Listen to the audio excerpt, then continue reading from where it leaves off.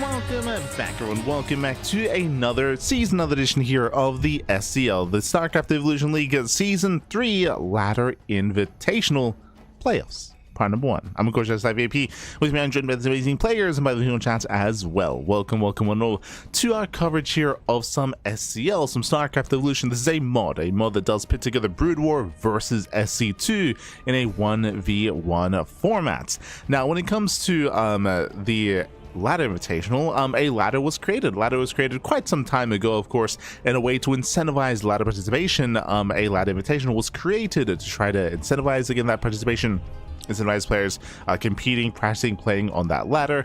And a big event was made here with the group stage 1, group stage 2. We are going to be jumping into the playoffs of said Ladder Invitational.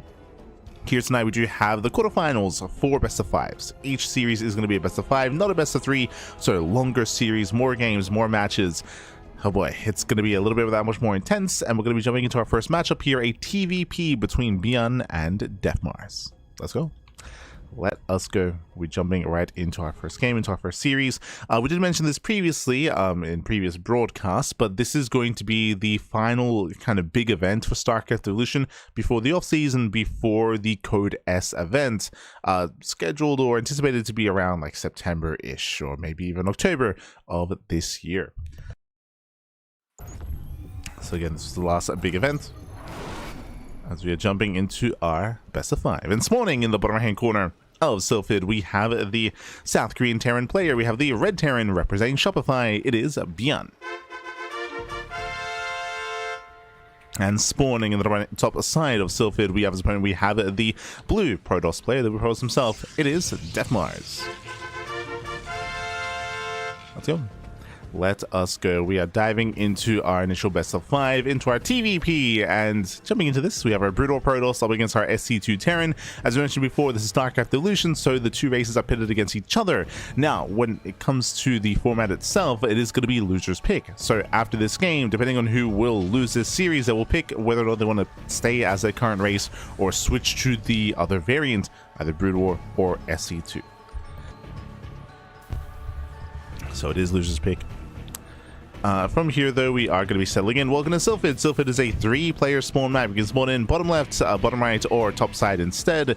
We can see that Deathmars, who will be scouting Beyond immediately. So nice scout here from Deathmars. And when it comes to the meta here of StarCraft Evolution, it is typically very early to mid-game focused. A lot of aggression, a lot of all-ins, a lot of early timing attacks are expected here from our players, and we'll see if they meet those expectations. We'll see. Now moving out, so also bienvenidos those in the chat. I see Solensvar, I see Kaiser Mike as well. Bienvenidos. Good morning. Good morning.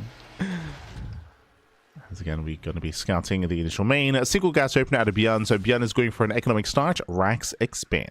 So Rax expand out of our Terran. Deathmars, of course, does confirm this, so he's aware that back at home we don't have to play safe. We can cut some corners. We can start to cut some corners. We don't have to go for as heavy of a gateway count. We can settle into our earlier tech instead. It is very common to open up into, say, into Robo, into Bay, into, I almost said Disruptor Drop, into Reaver Drop openers. Otherwise, we could see early Citadel into Zealot Legs, into Charge, or we could even see Stargate play in Stargate-based openers, which has been quite trendy as of late after the bust to the Scout. Bearing in mind, this is not a carbon copy of Brood War when it comes to the Brood War races. The game and the races have been balanced to be more competitive against SC2, and I think one of the good examples of that for Brood War Protoss is the Scout. The Scout has been buffed and reworked and changed quite heavily in StarCraft Evolution, just because in regular Brood War, its anti-ground attack especially was very weak, very weak, and it just wasn't really a viable unit to open up with. It has been increased in its viability to be able to allow for Stargate openers to be a viable option here for Protoss.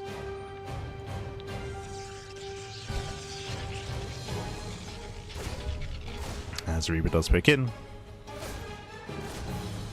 Oh, and Deathmars will get trapped on the egg now. It does get trapped, does it lock down. One probe does go down at the same time. The Dragoon does waddle across. There is already a bunker in position. And Deathmars has yet to tech up, actually, which is a little bit surprising. Yeah, we're just rallying Dragoons. We're just going for a 2-gate opener, building on more Dragoons, still yet to tech.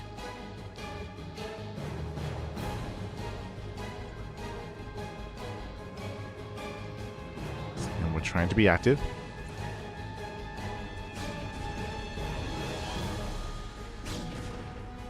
I mean, the answer it is going to be the Robo. Okay, so Robo into Bay into Reaver drop. Looks like that is the build of choice. The tech pathway going down.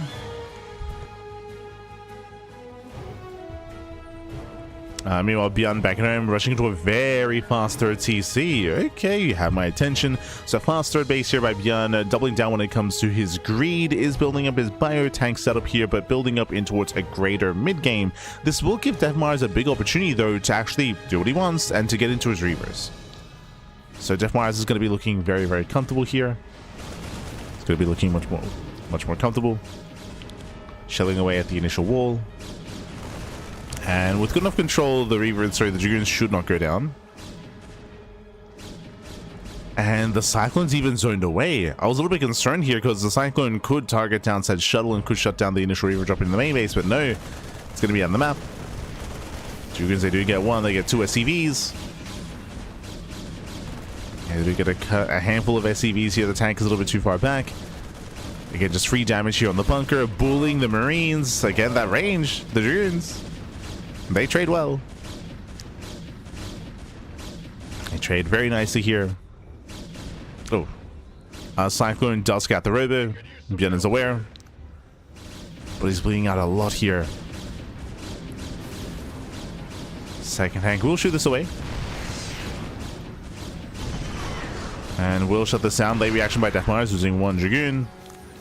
Back in the main base, because of the build of choice, there is no Stargate, or sorry, Starport, so no Viking. Likewise, no backup Cyclone either. Beyond, he's relying quite heavily here on this one Cyclone out of the map. Again, he knows that a Reaver, that a shuttle is coming. And can he catch the shuttle? Uh-oh. Again, he knows it's on the way. He's got that one Cyclone here in position. And how quickly does Deathmars react? How does he respond? He's not looking. No. Okay, the shuttle is going to go off and will save the shuttle just barely. Shuttle is saved, but is quite low.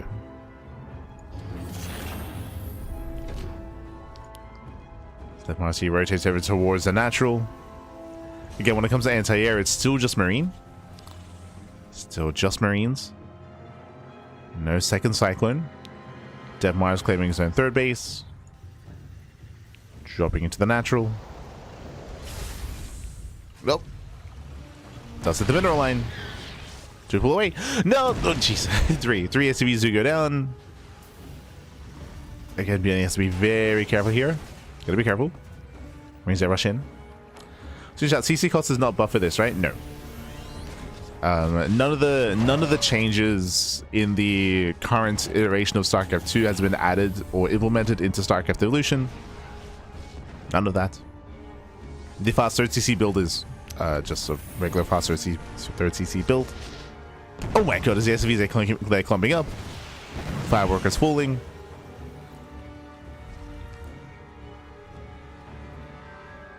It's something to bear in mind that even a pre-patch like CC first you would see, fast third CC builds you would see as well.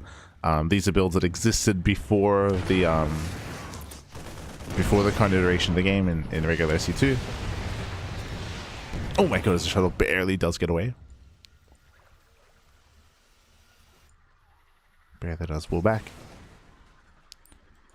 And from here, I mean, Deathmars, he gets some good damage. In total, it was how many? It was 14 SCV kills, so very nice damage here.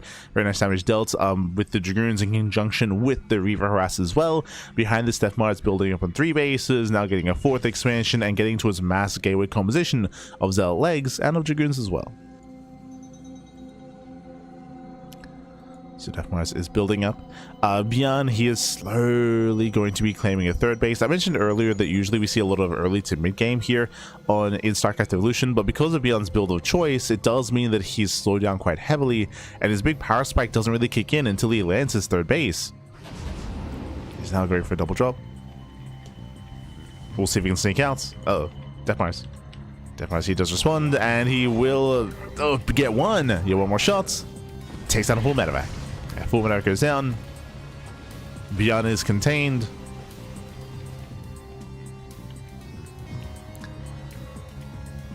Stuck at home, he is contained. And I mean, he will eventually break out, that is true, but Death Mars, he just has so much freedom back at home. Massing on more Reavers, more Dragoons, more Zealots.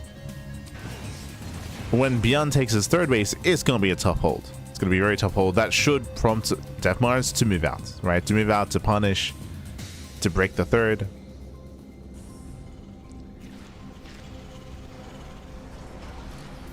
See if Beyond can hold on.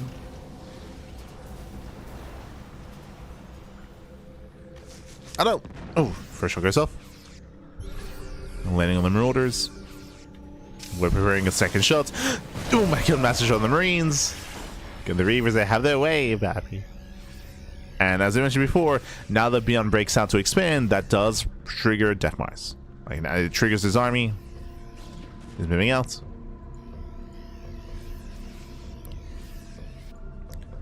Pushing with everything across the map. As now Beyond is exposed. Right now he's out in the open. Easier to engage.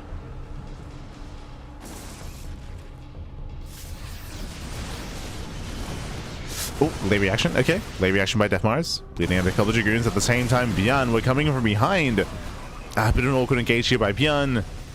Oh, we'll lose one of his Reavers. And, sorry, a bit of an awkward engage here, I should say, by Death Mars. As Death Mars is trying to collapse on the army. Was mistimed. Yeah, it was mistimed. Massive tank shot here on the Reavers. Nice snipe. Very nice. And Death Mars having a very rough fight. Pushing into a siege line. He's going to lose everything. Yeah, just a messy engage. Everything was going well so far for Death Mars up until this fight. But this flanking army came in too soon. The other army on the top side came in too late. The Reavers were focused on by the tanks. This Reaver was just not a part of the fight. So it was, it was very messy all over the place. And get the lead up to Beyond's third base. Death Mars was playing it so well, but fumbled the assault. Fumbled the main attack. Not like this. And now Beyond is totally out of control. Beyond is rallying. He's looking to rally across. Beyond does have momentum.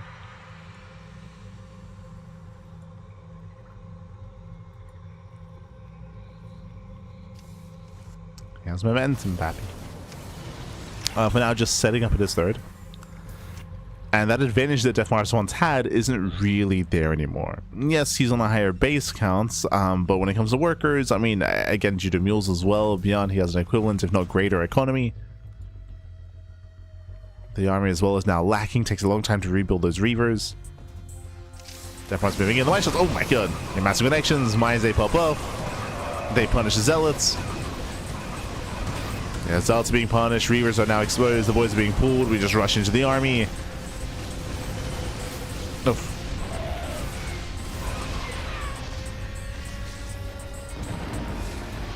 And Beyond, he even backstabs. Comes in from behind. Drops a natural. Oh, we have Storm. Yeah, the one Storm, but there's not really much of a follow-up. Beyond will snipe the natural. Moving further in. Death Mars is distracted, pulling back home. Beyond, he wants the Archon. Oh no! Oh my god, we'll take one Reaver shot to the face, but we'll snipe both Reavers. Oh god, a messy trade. Beyond does clean up. The Archon, 2 Reavers. Jumping towards the 4th base. A bit of an overextension. Beyond's gotta be careful. EMP to Templar, forcing out a storm. 0 storms left.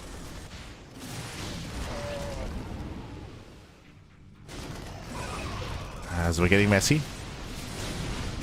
Getting very messy here. Oh. As here, these are becoming some expensive losses here for Beyond.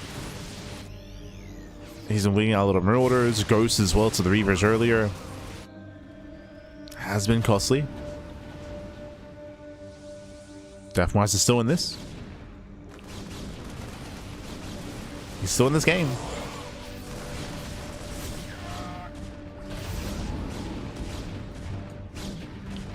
Yeah, once again, Beyond is going to be forced back. We'll find the eventual 5th expansion here of Death Mars.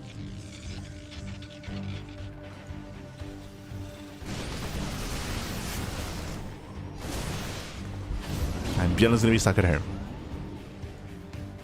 stuck at home. Def Mars is close to maxing. I'm a little bit concerned about Def Mars moving in again. I do think that he has a decent angle of attack to potentially peel off some zealots into the mineral line. But he's going to be careful. He's going to try to fight head on. Nice storm. Storm does land. And I believe he should be having one more. Oh. Once again, zoning. He's holding on to one final storm.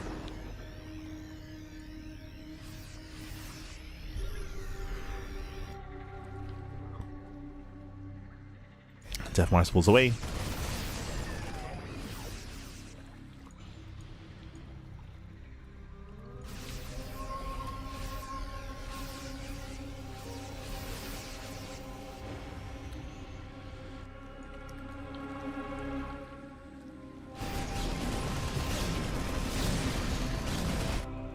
Does hit the fourth.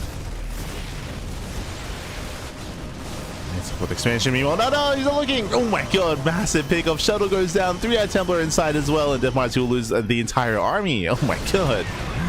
At the same time, Zealot Mine running into mines. Zealots are thrown away. Does kill 14 SCVs. That's good economic damage, but again, the main army did crumble. And once again, Bjorn can counterattack. Bjorn has momentum. He's up in army supply. There are 0 Reavers to worry about. So there are storms. Bjorn is going to be careful.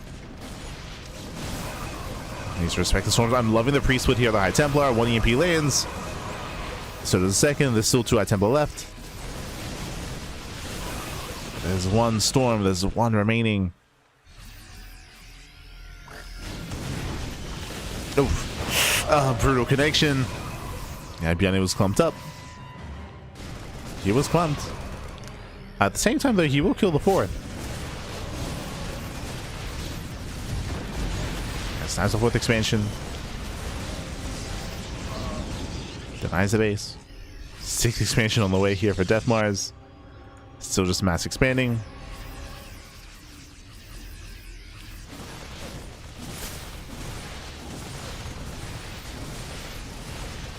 There's still no time here where Bjorn still has a greater army. It still comes down to the storms. And GG. Yeah, GG gets called. Def Mars, he is going to be broken. And Bjorn, he will take game number 1. Whew. GG. GG, well played. We'll break him again. Def Mars, he had such a big advantage early on. Like, he was on 4 bases. He was containing his opponents.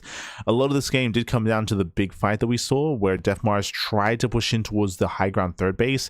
And we saw that, again, the Southern Army came in too soon. It just kind of trickled in. The Northern Army was too late. It was also very clumped up. The Reavers especially, they got focused down by the tanks. The shuttle went down as well to the Vikings. Like, it was a very mismanaged assault there from Def Mars. Almost looked like he was maybe a little bit nervous after being in a good position, because he was ahead. He was in a strong position after just mass expanding and containing Bjorn. He had the army to break that position to end the game, but did fumble when it comes to execution. GG. GG well played. Bjorn will take the lead in the series, and we'll see if Def Mars can recover and bounce back. We shall see, as game number 2 is going to be on Ruby Rock.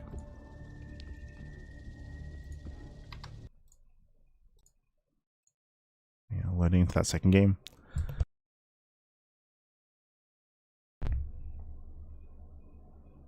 Bearing in mind that for the map pool here for StarCraft Evolution, there's some ported Brood War maps, but also some other more modern maps and even some older SC2 maps as well that have been sprinkled throughout, like this one. As spawning in the bottom hand corner of Ruby Rock, we have the South Korean Terran player. We have the Brood War Terran. I'm ready for the 3 racks. I'm ready. Representing Shopify, it is Bjorn. And spawning in the top left-hand corner, we have the blue Protoss player, the SC2 Protoss, representing 3D Clan. It is Def Mars. Let's go. Let us go. We are going to be jumping into our second game again. Welcome to Ruby Rock. Ruby Rock, it was in the map pool in the last season, not this one, but in the last season was in the map pool. Is a very small map. Short rush distance, I say very small. Has a short rush distance by ground, from natural to natural, from third to third. Aggression is typically favored here on Ruby Rock, and it's much more difficult to try to build up into a longer and later game just because the third and fourth bases are very exposed, very open, very exposed. Typically the race that does have map control is going to be favored in this matchup. I do lean towards Def Mars. I say that, I mean, Def Mars also had the advantage against Beyond in game 1 and did end up losing that advantage. We'll see if Def Mars can tighten things up a little bit here on Ruby Rock instead. For now, CC first. CC first out of Beyond, going Command Center first into the follow-up racks. Into what should be 3 racks. So 3 rack sim timing here by Beyond. This is the go-to, this is the standard in regards to StarCraft Evolution Terran. Has been the case for a long time. Like 2 years? Jesus. It's crazy.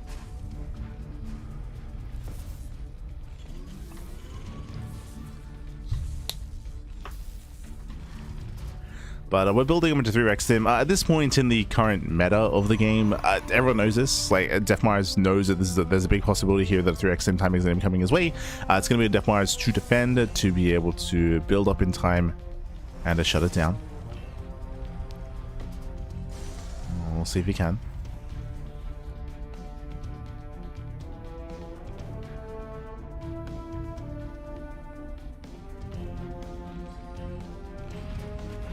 Beyond does have the Academy on the way. Again, you need the Academy to resource stim. You don't get add-ons on the Raxes in Brood War Terran, so this is for the stim timing. And we can also begin medic production as well. Getting into medics.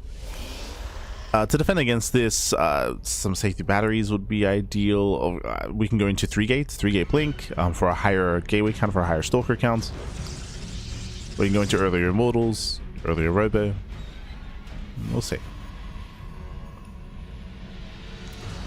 As Def Mars is opting to go for the Twilight Council. Okay.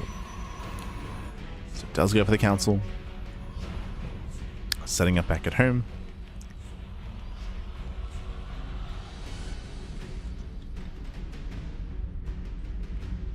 And likewise can soon be active. Just building a more bio. Once stim is done, then we can start to move out.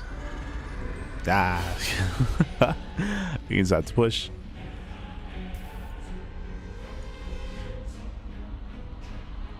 Until then, we'll be chilling. The hallucination scout will confirm, so Def Mars now he's fully aware of the 3x. He knows.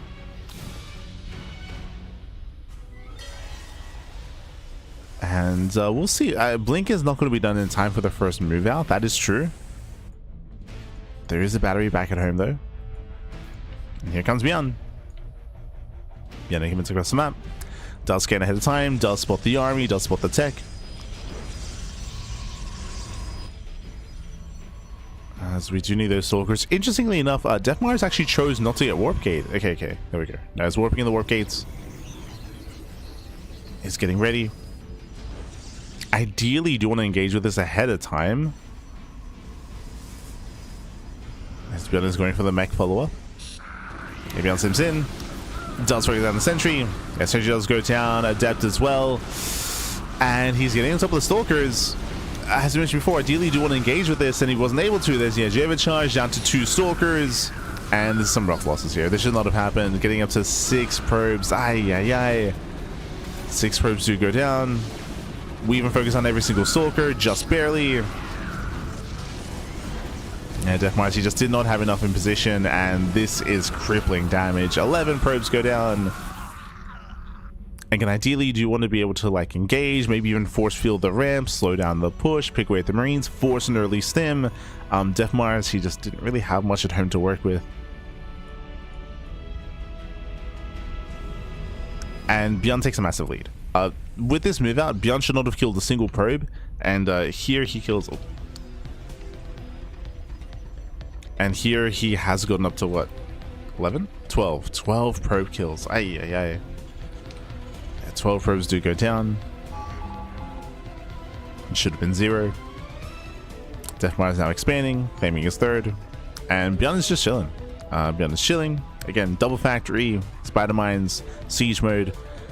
Typically, it is standard to go from the bio opener into the mech follow-up. So it's building out that mech army. Yep, into additional factories.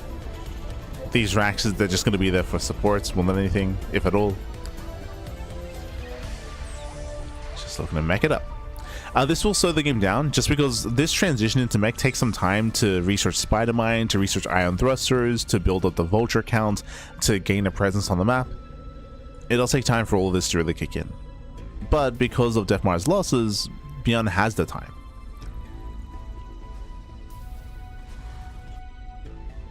He's free to do what he wants. Classic sound. You mean the academy? For sure. Yeah. It sparks joy, Pappy. It sparks joy. I said this before, but specifically the sound design of Brood War, in my opinion, is more iconic than SE2, unfortunately. Like the hydraulics of the tanks sieging and setting up. Certain sounds of the upgrades, the voice lines. For me, at least, it left a stronger impression. The sound design specifically.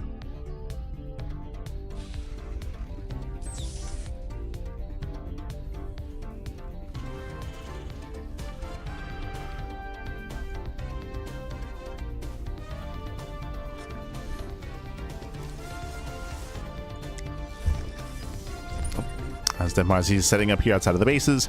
Deathmar at this point is quite committed. He's quite committed here. And thankfully, he will avoid the spider mines. Comes in from the right-hand side. Getting into one of the tanks. Yeah, it takes out 1, 2 tanks go down. Getting into the vultures as well. Again, Beyond is mid-transition. He's mid-transition, Pappy. Oh my god. Yeah, another tank falls. We're sitting up on the high ground. And Deathmar, can he kill? Can he straight up kill? He is close to doing so, forcing friendly fire. SCVs are going down. Diving on the final tanks. Gets 1, gets 2.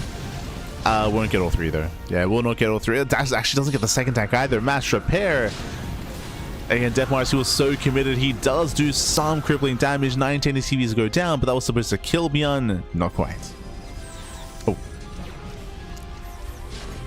Deathmar, he continues the warp-ins. He's not done. No anti-air. Dropping on the tank. Oh my god, the tank, it barely gets... Oh no, he breaks in! No! GG. GG gets cool. The all-in fails, dives and blinks into the spider mines, and Beyond takes game number 2. GG. Aye, aye, aye. GG, well played. And Beyond, he will claim a 2 lead in the series. Again, Deathmar, he was all in. He was all in just because of his earlier losses. He had to end the game then and there, and he did do some good damage, but he bled out everything. And the point there is to just keep warping in, just keep hammering down your opponents and eventually break them the moment that you lose your momentum, the moment that the opponent stabilizes. GG. GG. With that, we're getting into game number 3. Let's go.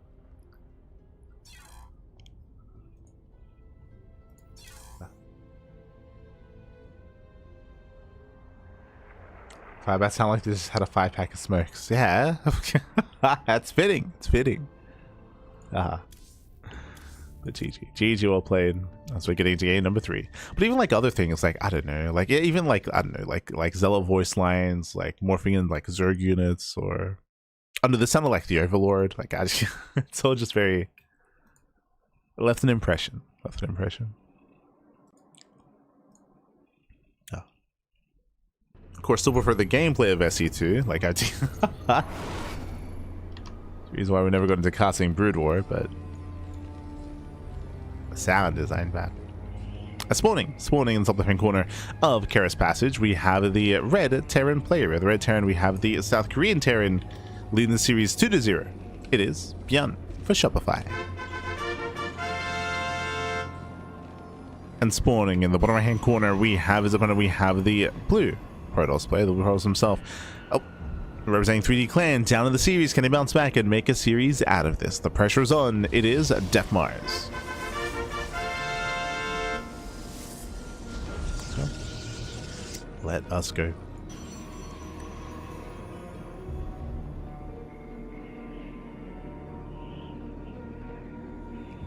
The little things, for sure. I look forward to playing it again. I played Brood War so much as a kid. I never played StarCraft Remastered. Like, I got it, but I never played it. But hopefully, as we enter the off season, as we have a little bit more free time for ourselves, looking forward to streaming it. I think this Friday we're going to be streaming some Zero Space, but like, I never got into Tempest Rising. Like, Tempest Rising came out, what, start of the year, right? Last year? Tempest Rising, Brood War, StarCraft Remastered. If I've heard correctly, I believe now, like, X years after the fact, I think Warcraft 3 Reforged, for the most part, has all its bugs sorted out.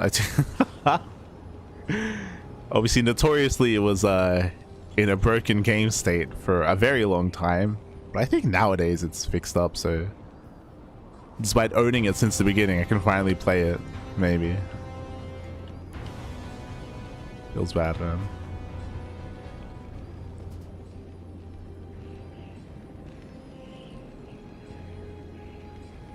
Yeah, looking forward to it. As once again, 3x. 3x Stim here by Bjorn. As we mentioned before in the previous game, this is just like the standard go-to 3x Stim. Last game, Def Mars had a very lax and very lackluster defense, where he lost 12. He lost 12 probes to the initial Stim timing. That should not have happened. Once again, we're going for the same build. We're going to run it back. This time, Def Mars should have a cleaner defense. I would hope that he is a little bit more proactive when it comes to engaging. I would hope that he's a little bit more prepared when it comes to his warp-ins, when it comes to his gateways. We'll keep an eye on Def Mars to see how he does adjust. Yeah, this time gate into Twilight Council. If you remember, last game he went for a second gateway first and delayed his Twilight Council and delayed his blink. So this is much more standard. Last game he went for an extra gateway and delayed his tech, delayed his build. Already a cleaner start out of Def Mars. Time to bring back StarCraft 64. I feel like the only reason why I would want to play StarCraft 64, if you remember, StarCraft 64 had some unique missions. Like the campaign for the most part was the same, but there were like 2 or 3 extra missions added to it, right? That was not in the PC version. They added a tutorial, if I recall correctly. Like, they added like a before mission 1 of the campaign. They had like a tutorial and stuff like that. Like there was some stuff added, which was cool. Never experienced it. Be the only reason to play.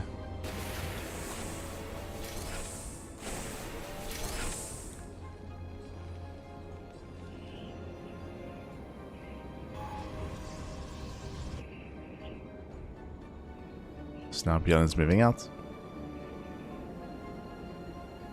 Was the controller? Yeah, for sure. But for sure. Good. The Nintendo 64 controller, that was a thing. God. Also monstrosity, Pappy. Just like, not even just the controls, but the controller itself was wild. It was huge.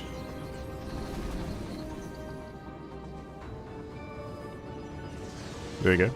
Beyond does move out. This time we have many more Stalkers, so 5 Stalkers to defend. We do have the Injava charge.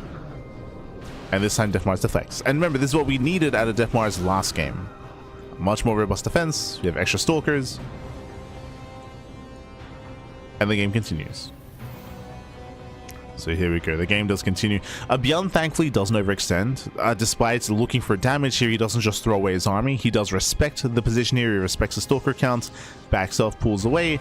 And now we're getting into the next stage of the game, into mech. Just like last time, we're going for a 3x Stim into a mech transition, into siege mode, into spider mines, into tank vulture. Oh, do we force Gazel? Does sniper sentry. Trading with the Stalkers. I was just praising Beyond for being patient with this army, but he's going to throw everything away. Nah, he doesn't get a single Stalker. Yeah, he gets 0 Stalkers. That was not worth it. He throws away all the Bio, the Marines, and the Medics, and that will trigger a counterattack. Deathmarch is coming. Deathmarch is coming. Beyond, he got too impatient. He got too impatient. Went for the dive. I do think that he could have forced a cancel on the Nexus, but he chose to go for the army. Didn't kill a single unit. Deathmarch moving in. And we do... Oh, sorry, we do have High Vision. We can head into the main. For now. Oh. It does make away. The bunker is going to go down, picking up a couple of Marines. Has to respect the siege line. But can make his way into the main base. And the army thinks about rotating.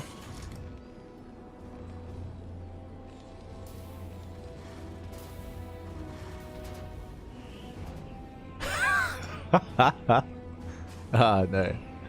I mean, to be fair, back then we hadn't standardized what a controller should be.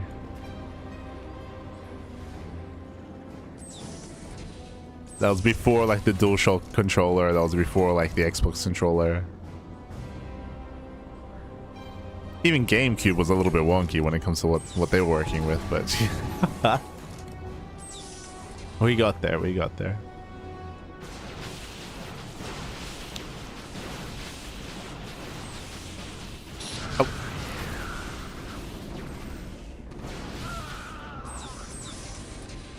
As Bjorn is breaking out. Again, slowly sieging up. We have Iron Thrusters finishing up, Spider Mines as well. We're amassing. A few too many rounds of Spin Fest during Mario Party and the joystick was destroyed. I never played the original Mario Party on the N64.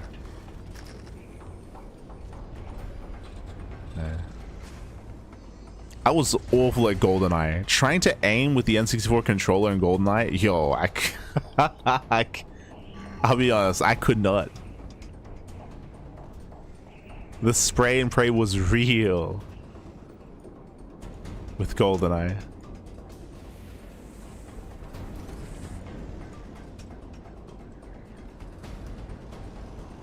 And of course, all the screen cheating. I mean, you have to. I mean, you're all just looking at the same TV. Like, you're...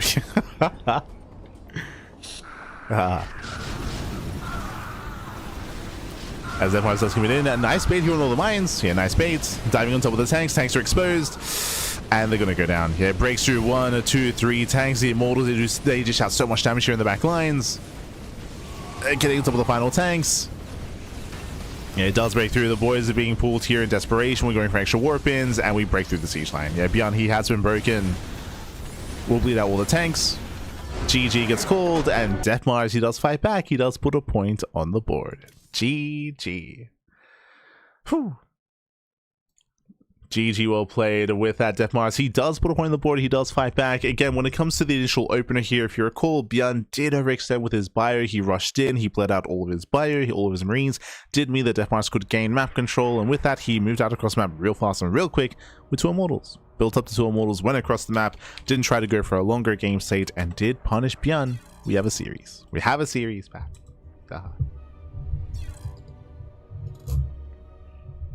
You can't be that old. I mean, when did the N64 come out? See, back in the day, you know, you played with what you got. like I played on the original Super Nintendo when I was a kid. This was still though in the 2000s. Like, it's just, you know, with that everyone can afford like the latest, like, you know, consoles and stuff. So in the early 2000s, we're still playing with, you know, Super Nintendo, N64, stuff like that. Play with what you got. Oh. As we're getting into our next game. Let's go. Loading into Vermeer.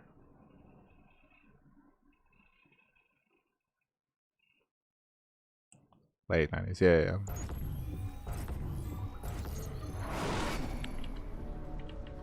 We were still playing Super Nintendo in the early 2000s back. But there we go, spawning in the top right hand corner of Vermeer, we do have the Teal Protoss player, the Teal Protoss himself, representing 3D Clan, putting a point on the board and fighting back in the series, making a series out of this. It is Death Mars. And spawning in the bottom right hand corner, we have his opponent. We have the South Korean Terran player, the now SC2 Terran. He's back to his main race. Representing Shopify, it is Beyond. And now we can have something more diverse. I don't know if you noticed, but Beyond's almost only builds in TVP with Brutal Terran is just 3-rack stim into mech.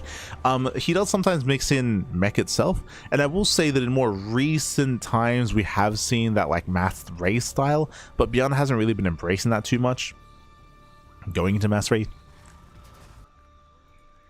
So his Brutal Terran is a little bit more one note, but now he can spread his wings with SC2 Terran instead. We'll keep an eye on his opener, we'll keep an eye on his build.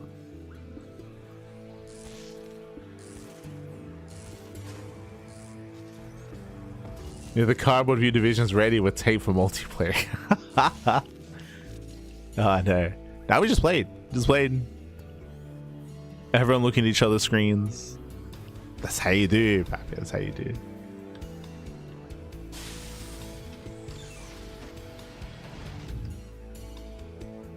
Yeah.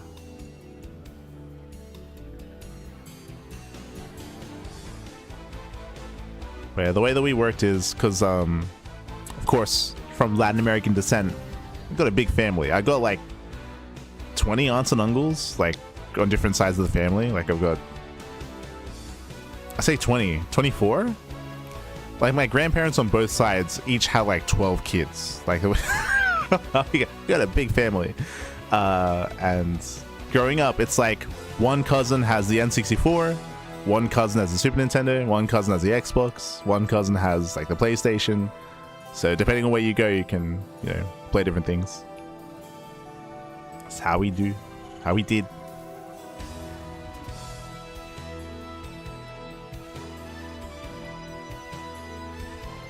Depending on where the party is or who's going where.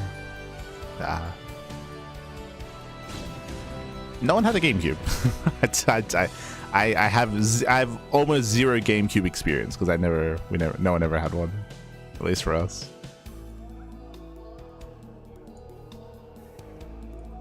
So I missed out on that era of gaming.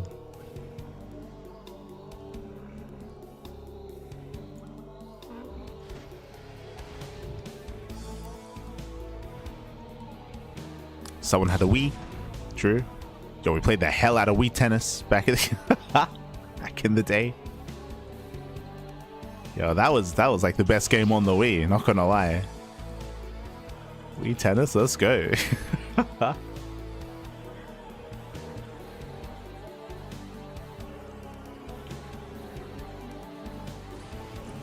But now though, again, all the nostalgia. That's what Brutal brings to us, baby. All the nostalgia with SE Evo. When it comes to builds themselves, Beyond, he's going for a fast third TC. He went Rax Expand, single gas opener into a fast third command center here. If you remember, this is the same build that Beyond went for in game one. Same build we saw in game one, just rushing into the faster third base. So once again, this really kicks in the mid game. Beyond is going to be the defender until he gets his third base. That's the downside of this kind of style, is you just have to kind of like take it. You just have to, you know, be that shield and absorb all the blows until your economy kicks in.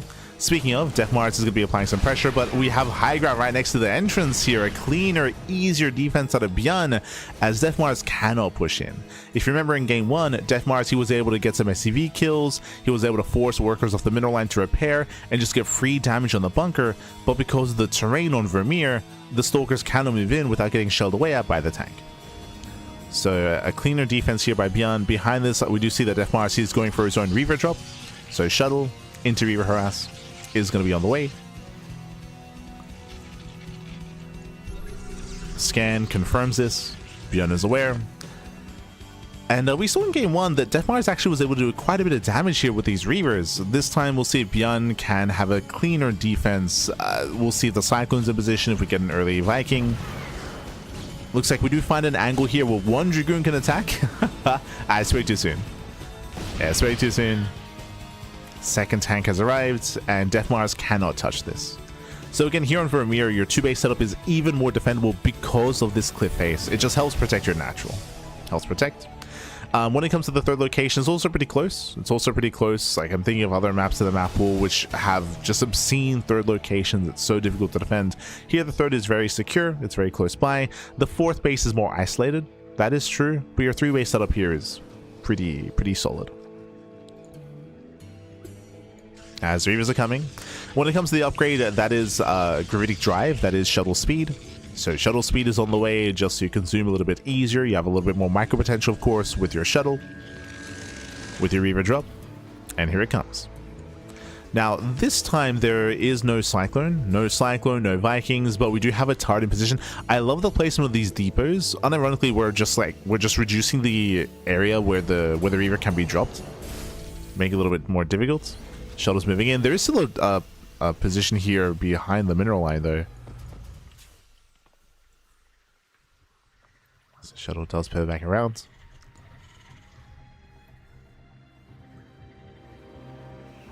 You're giving me nostalgia fits. No. No. Where's Def Mars from? Definitely Mars. Unmistakably. True. That's why it's Protoss, pappy.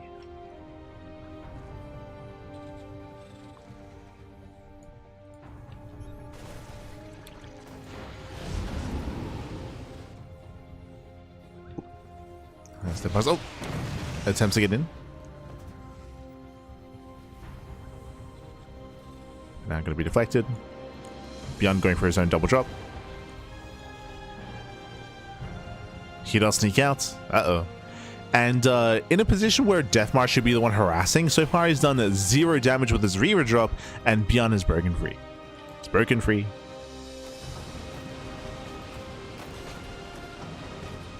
Moving out across the map.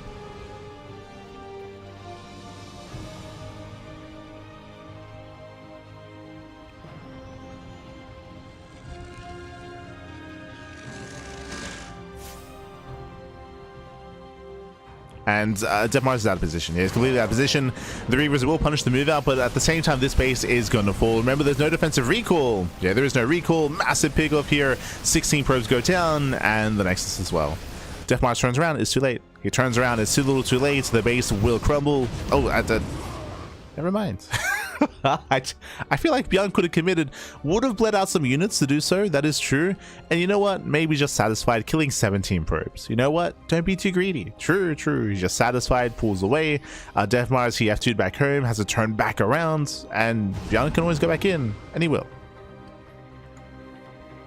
He's making his way back in. This time Deathmars does have an army in position. He's got 2 Dragoons and a handful of Zealots, 5 Zealots as well. Will deflect.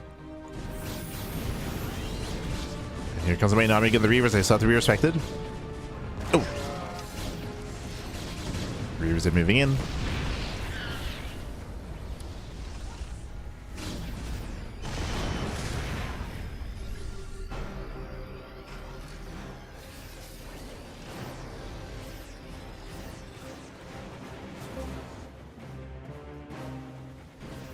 As he rotates. Again, looking for a better angle. Beyond, we spoke earlier at the beginning of this game, the whole point of this build is to build up into 3 bases. He's there. He's claiming his third, Sims on forward, diving on the Dragoons. We'll take a couple of scarab shots to the face, but it's fine. It's fine. He tanks them.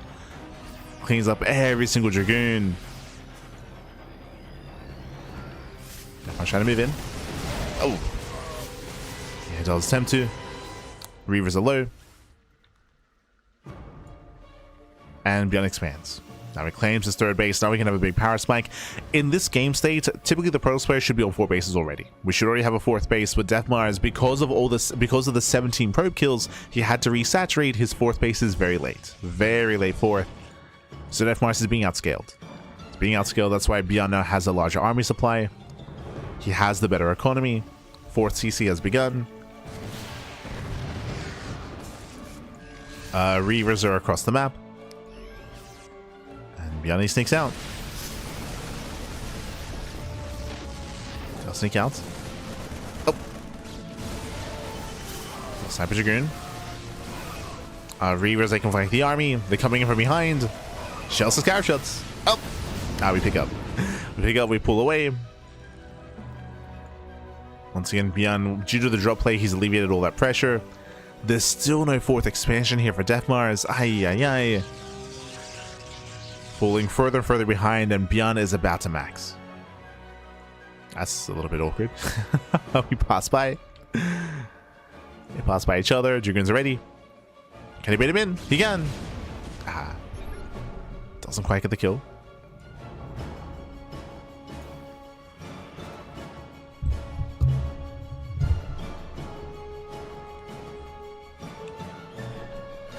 And not quite. Oh, the Reavers have to get out of here. Shadow pulls away. Second drop towards the natural. Does have into the mineral line. But their reinforcements ready. Oh. As the shuttle does barely slip in. I mean, hey, 8 SCVs. This is still damage. 8 up to 13, 14, 15, 16 SCV kills. 17 even. I get nice harass by Deathmars, finally claiming a fourth base, but can he get it up and running? Can he maintain it? Like, Deathmars is still behind economically, still needs more time to recover. We need to buy time. Oh. And we'll not finish the fourth. Yeah, not like this. Fourth base is denied. Nice splits. Yeah, very nice splits here by Beyond. Picks up, pulls away. Here comes the main army, finally pushing across the map for the first time this game. Beyond is committing. Storm is not ready. Yeah, Storm isn't ready. Beyond rushes forward. There's a bunch of high tempo in the main base, but Storm is only halfway done. Massive EMPs. The EMPs are crazy. Yeah, Reavers, they can't move in. They get caught out. And Beyond snowballs out of control. He snowballs out of control. Massive fight. Takes down the mineral line. At the same time, going for the fourth base. Going for the expansion. And we get some decent scarab shots, but it's not going to be enough. Not like this, not anymore. The final Reaver falls. GG gets called, and Beyond, he will claim the series 3-1. GG. Whew. GG, well played. Beyond will claim the series. Again, Deathmars, we saw this was almost like an attempted repeat of game number 1, but because of the map itself, Deathmars, he had a very shaky start. The initial Reaver drop didn't do much damage. The Dragoon pressure didn't do anything either. He tried to get some SCV kills, but again, we had a very secure 2-base setup. And on top of that, Beyond, he kept slipping by. With his drop play, he kept slipping by the attempted contain from Deathmars. Deathmars, he failed to contain Beyond. Drop play just kept slipping by, kept slipping out. And it was just brutal, especially in StarCraft Evolution, in TVP, or for Brood War Protoss. Map awareness and map control is so important because you don't have a recall. You don't have recall and you don't have defensive warp-ins, right? Like the production doesn't work like that. So when a drop comes into a base and when you're completely out of position, that's a dead mineral line, that's a dead expansion. Like it can be very, very brutal damage that can be dealt. It can very quickly escalate out of control. And that's what happened. GG. GG, well played. In reference to Beyond getting across the map and killing 17 probes. And with that, Beyond, he will claim the series.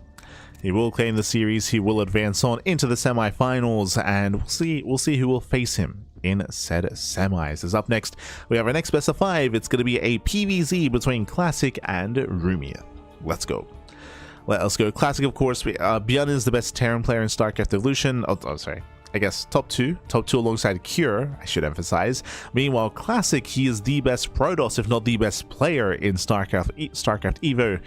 We'll see how Rumith can compare. Rumith is a Korean Zerg player, but he's more of like a semi-pro. He's more of an up-and-comer. He has been devoting and dedicating a lot of time to StarCraft Evolution, but Rumith definitely still has some room to grow here, and has quite a challenge ahead of him. We'll see how he performs. We shall see. As spawning in the top left-hand corner of Ruby Rock, we have the blue Protoss player. The blue Protoss player himself, we have the South Green Protoss representing Virtus Pro. It is Classic.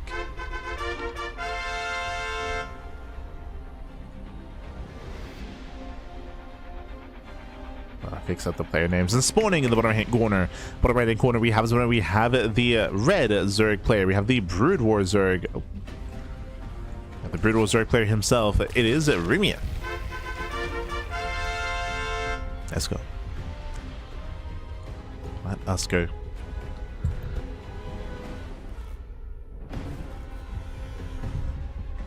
Yeah, I'm looking forward to getting around to playing the StarCraft Reforged campaign. Hopefully this month. Hopefully later in the month. In August/September.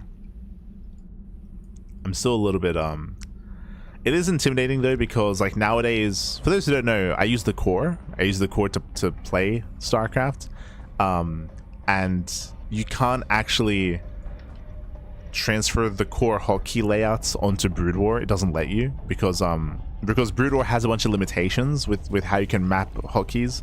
So it's gonna it's gonna be rough, back. It's gonna be rough. We'll get through it.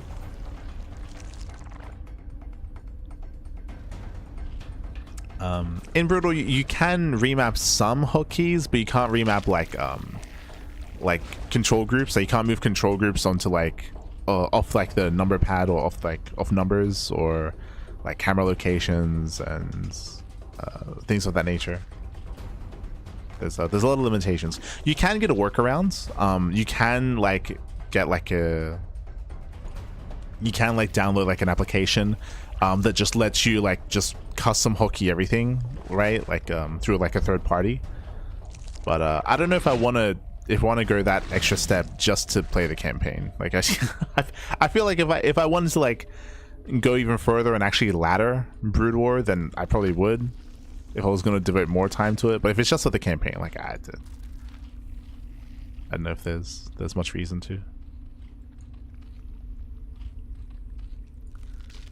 It's actually the same with Zero Space, for those that are unaware. Right now, Zero Space doesn't allow for custom hotkeys. It took a long time. It took a long time for Stormgate to do it. I think it took like 6 months or something for Stormgate to implement that. But Zero Space, they still didn't have like full custom hotkeys available to like remap everything. So that is a bit of a barrier to entry.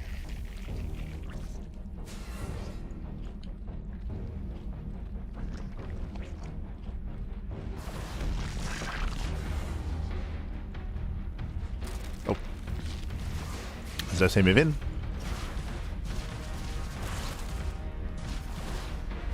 We do poke in here just to harass. Behind this, we are going to... Jesus, okay. Classic is going to double down. Standard opener into our tech of choice. Twilight counter when it glaives. Classic, he will double down. He will commit. And it's going to be a bit of a messy defense here. We need some city. We need to get ready for a wall off, but I do see a couple of holes in this wall. Without proper sim city, Glaive Adepts will wreak havoc. This is a bit of a skill check. This build. Like, this build is only good if the Zerg player, if the Brood War Zerg fails to get their wall up and running, and so far the building's all over the place. Oh no. Not like this. It also does help that I believe we did force the unnatural natural this game. Yeah, we forced the unnatural natural. Here comes the gateway explosion. Here come the Glaive Adepts. If we can't wall off, then these Adepts, they're gonna wreak so much havoc here. Wings, they poke in. Rumiath has scouted the Twilight Council, was not fully aware. Technically, this could be like an early Blink base build. It could be Dark Shrine. I feel like against Brutal Zerg, you would not go DTs. We're rushing into Lurkers? Oh. Okay. So Rumiath back at home. Going for the fast lair, going for fast Lurkers. I believe Adepts hit first, is the issue here. I believe Adepts will hit first, and we're just spending so much resources here on Lurker tech. I don't think it's going to really come into play. Here comes Classic. Classic is coming. We're expecting a big warp in, as we can warp in as 6 Adepts at a time.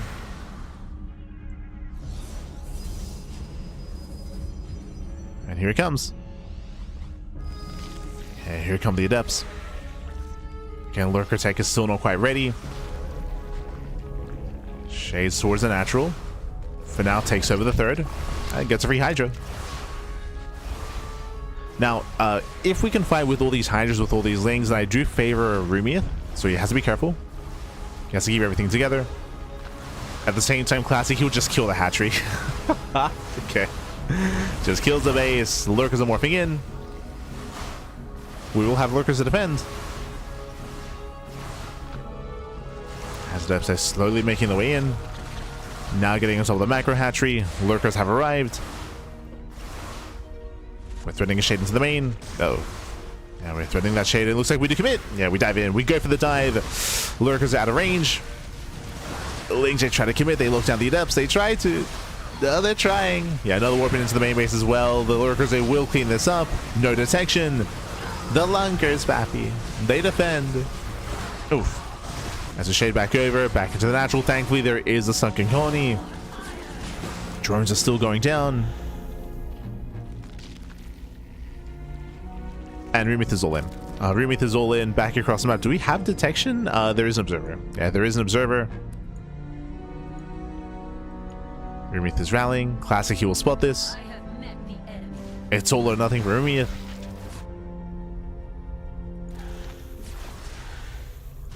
It's all or nothing. And this is what the SimCity is going to be working against Classic here. As these gateways, they create a choke point. Lurkers are moving in. Observer turns back around. Ooh, depowers the robot. Okay. Depowers the robot. Where's the observer? Observer is still not home. Classic cannot engage. Can Rumith win the game with the Lunkers? Oh my god. This is it. This is his time. As the observer is just now coming in. It's quite late though. Yeah, the observer is late. We can't attack the other. Now we can. Yeah, it's too late. It's too late. The Lurkers are overwhelmed. They do break through. They bust into the mineral line. And Rumith has done it. GG gets called. Rumith, he survives the Glaive Adepts. He gets across the map. And he will take game number 1. GG. Whew. And GG, well played. Again, Classic, his observer it didn't respond. It was a little bit odd there, where Classic, he rallied the observer across the map. He saw the lurker push, but the observer kept going across the map, did not turn back around. So we were lacking detection. On top of that, we needed to buy more time for the Immortal production. If the Immortal pops out, different story, but alas, Classic, he did not have enough time. The Glaive Adepts did do a lot of damage, but again, the lurkers, they won the game. GG. GG, well played. Got across the map, but detection was not ready in time. No Immortal production either. The Zealots, they were lackluster. Very, very lackluster. GG. Whew. GG, well played. With that, we're getting into game number 2. Gonna be loading into Sylphid.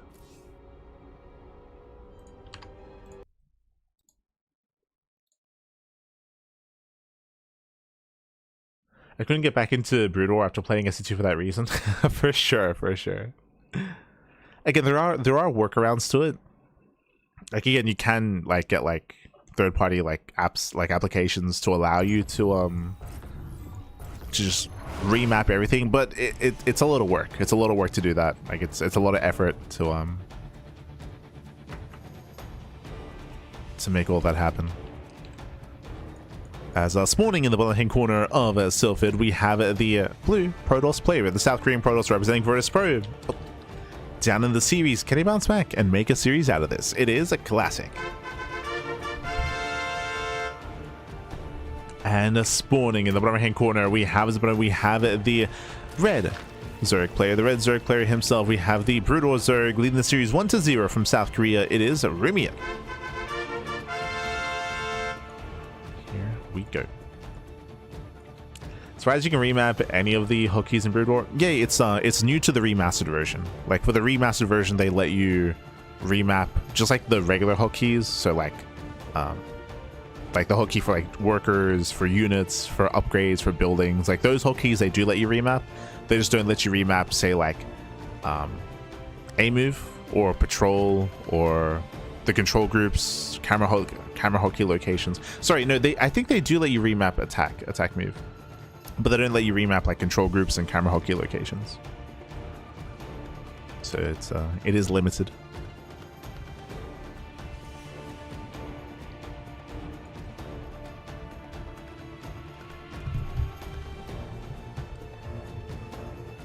Slightly brutal campaigns never had 2 1v1.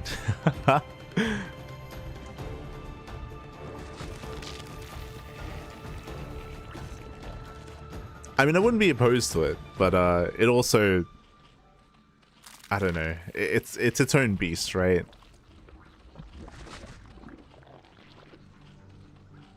Like the limitations of like control group sizes and the derpiness of the AI, like it can be very,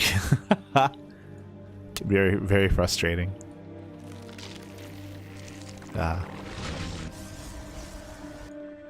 Glad they kept that in the remastered version, which is nice.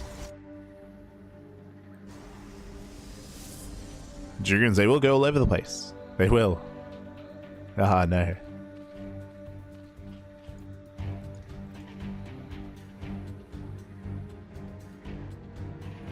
Goliaths as well.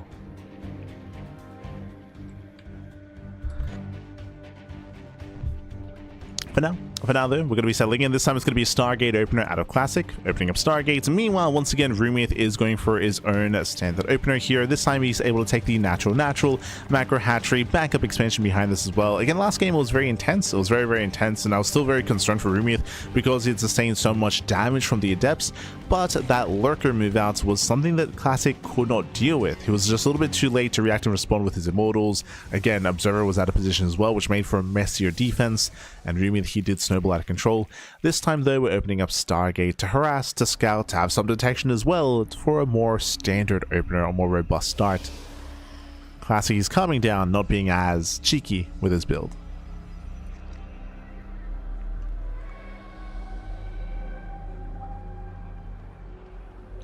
Remember last game it was just straight Twilight Council into Glaive Adepts. Just straight aggression.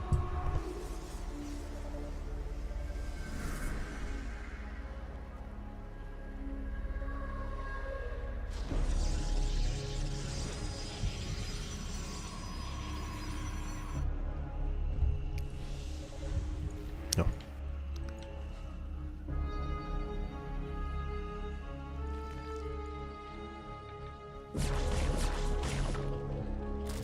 Actually, let's move in. Just make sure it does get a couple of transferring workers here, so one drone does go down. Does get a full scout as well, confirms that there is no fast layer, for example. He gets eyes on the gases, and we're actually opening up +1 carapace. Now, I'll be honest, I'm not very familiar with this kind of build. Rushing into +1 carapace is going to be +1 carapace with the Hydrogen as well. We did not skip link speed, so we're building up into Link Hydra. I'm curious of the role here. The goal is to also go into fast lurkers again, but in a different way. We'll see.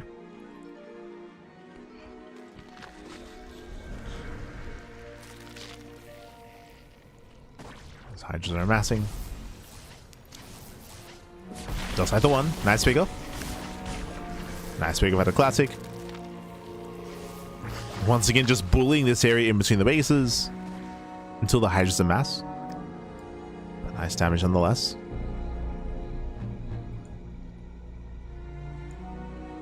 At the same time, we do see Classic taking up a very... he's just going for a 2-base all-in. Jesus, that's a massive gateway explosion on 2 bases. No third expansion.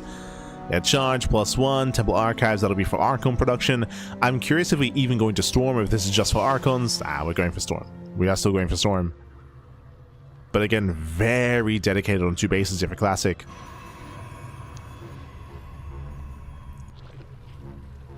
And we'll see how he does move out. Meanwhile, if you notice, there is no lair.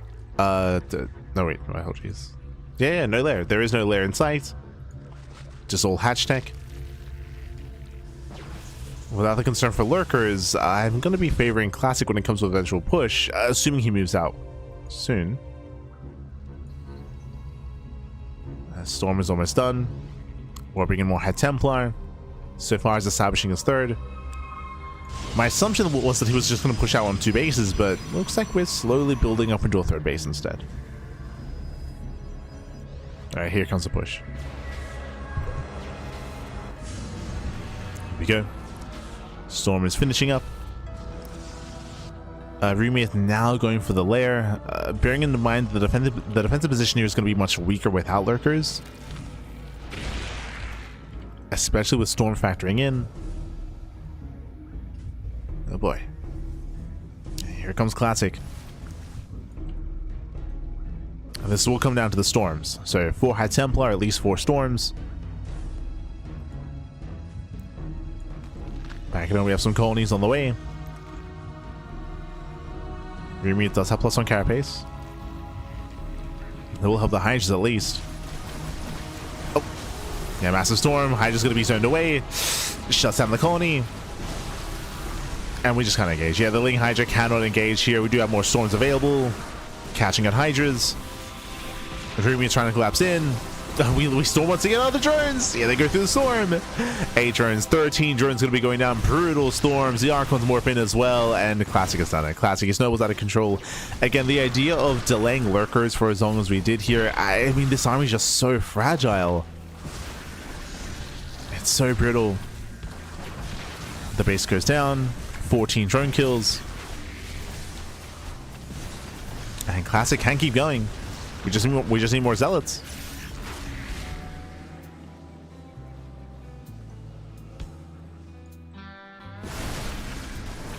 Classic does reinforce. Once again, just diving on the Hydras. Free damage. Picks away the Hydras. 3, 4, 5. Oh, 5 Hydras going down. Still just has the 1 High Templar. Just 1 Templar behind this. And Remith is struggling. At this point, is now starting Lurker Tech, but it's too little too late. Like, the damage has been done. Remith down in workers. Even on bases, which is worse for the Zerg.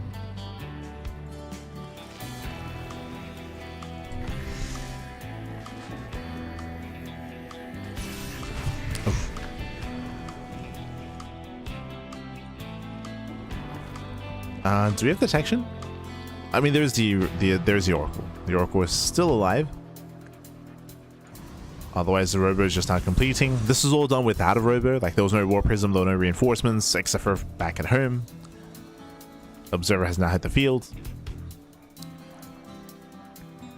And Classic can start to move out. And Lurkers are good, but we will need them in higher numbers. Okay, 5 Lurkers are morphing in. Oh. Zealot's run into the Lings. They run into each other. Zealot's trade well for themselves. Backing up to the Archons. Massive Archon shots. Get out of here. No. Yeah, Remy pleading on more units. The goal here was to go for a backstab and instead of for a counterattack, but gets caught out.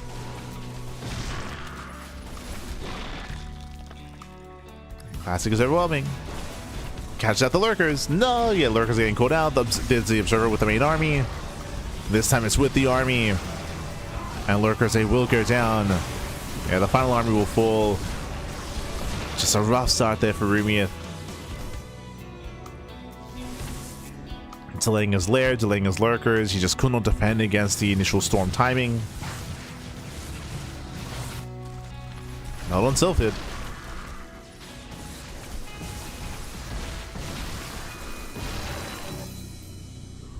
Ling Rabbis are nice, but again, the defensive weapons.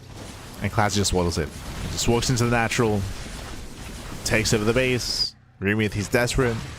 Goes to Ling counterattacks. That runs into Zealots. And GG. GG gets called. With that Classic, he will type the series 1-1. GG. GG, well played. Classic will tie things up. Again, Classic, he did go for a very robust start, building up a high gateway count into Storm, into +1, into an early Storm push. Meanwhile, we saw that Rumiath delayed his lair quite heavily. Delayed his lair, delayed his Lurker tech. He was stuck with Ling Hydra, and he could not defend against that Storm timing. GG. GG, well played. In the end, he survived, but he lost his base. He lost his base, he lost his mineral line as well. He was struggling to recover. By the time he built up into Lurkers, he was down, what, 60 supply? Too far behind. GG.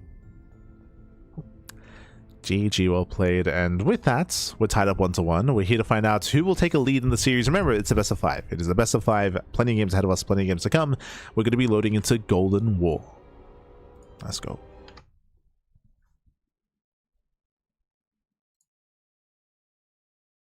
we go.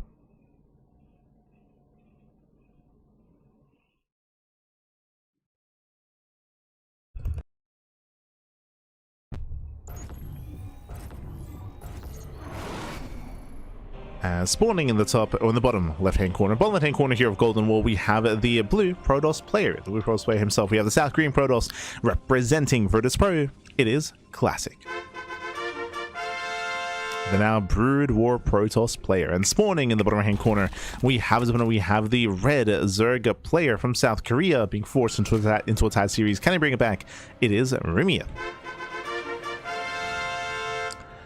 Here we go, and again, we do have some fond memories here of a Golden Wall. This is a map from years gone by, from the COVID era of StarCraft, like around 2019, 2020, 2021, around that era. So I will say around 2020. This was one of the first big maps that did feature an entire section of the map completely sealed off. This is more commonplace nowadays with El Dorado, with Alcyone, of course, as well. Like, we did have a lot of maps like featuring this, where you do have this entire southern half sealed off by minerals, by the Golden Wall, if you will, by the Golden Wall. As a result, you can open up this southern half of the map and start to expand here in a safer manner, or you can take the northern bases instead. The advantage of expanding here on the top side is, even though you might be a little bit more vulnerable, you do have the gold base. The gold bases here can be taken. Funnily enough, it was not uncommon to see players just take these safer bases on the south side and still take the gold from the other side of the wall. The downside of expanding here on the south side, though, is that you cannot gain access to the gas geyser. That's the one downside. But if your build doesn't really care about gas too much, if you just want that influx of minerals, especially say in TVZ, where Ling Bane can't really punish this, and you can go into like an 8 racks with a high yield gold base, then that kind of play is much more viable, of course. So very, very often you'd see Protoss and Terran players take this expansion, because Zerg players will not be able to punish this without taking up into Roaches or taking up into Hydras or something of that nature. So it could be quite commonly taken.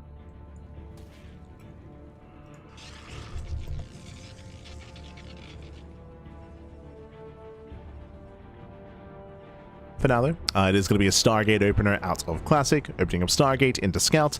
We did mention this in the previous series, at the start of the series, actually, talking about how Stargate openers are much more viable. In Brood War, they're not. Scouts are very flimsy and very weak in Brood War, but in StarCraft Evolution, the Scout was buffed. The Scout was buffed, was reworked to make it more viable to go for a Stargate opener, to defend early on and to build up into an actual game. Because it's a Stargate into Forge, this looks like Scout or Corsair into Cannons, into Fleet Beacon, into Sky Toss. Why would you get a fast Forge? Cannons to defend. So we are going for a cannon defense. Gold base is being taken by Rumia. This does put pressure on Classic to punish the gold. Technically, this doesn't have to lead into Sky Toss. We'll see. Eyes are going to be here on Classic. Takes down the Overlord. Where are we taking? Where are we going?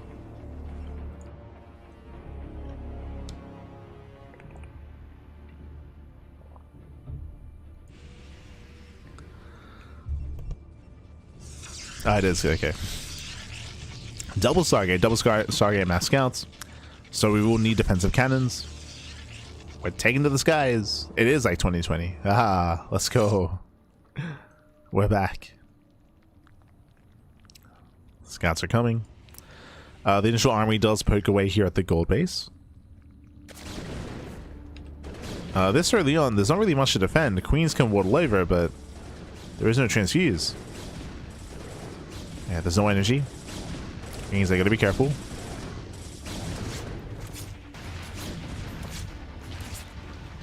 So you see Classic, he bursts in, he pulls away. I mean, the hatchery does get less than half HP. That's crazy. Scouts are amassing. We're building up more scouts. Oh, and we can two-shot drones. We can two-shot. 1, 2, 3 drones going down. And as things counterattack, there are cannons on the way. I would say this is a very late cannon, but it should finish in time. It's going to be a little bit close.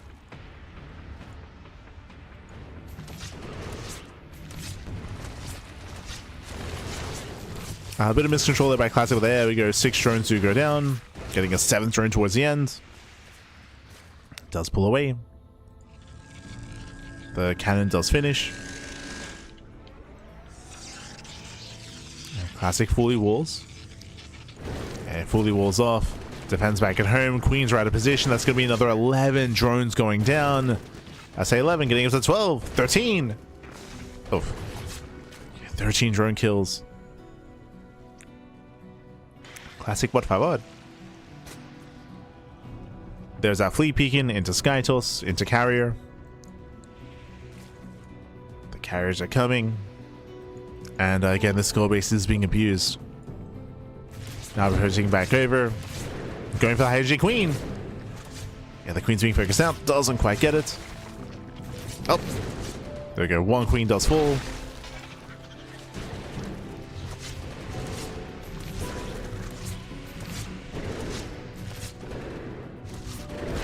Send the Queen, takes us a second. The 2 Queens do. 2 Queens are going to be going down.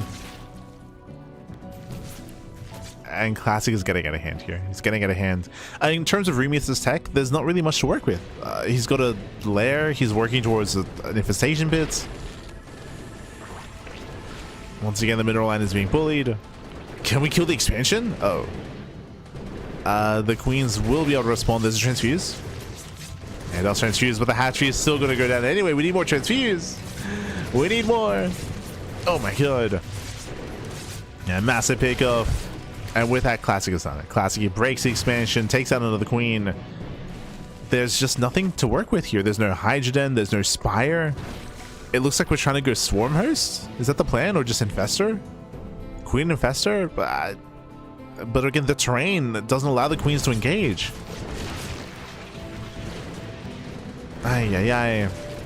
Yeah, the transfer here is brutal. Once again, just bullying all these drones. At this point, with the high enough scout count, we can just focus on spores.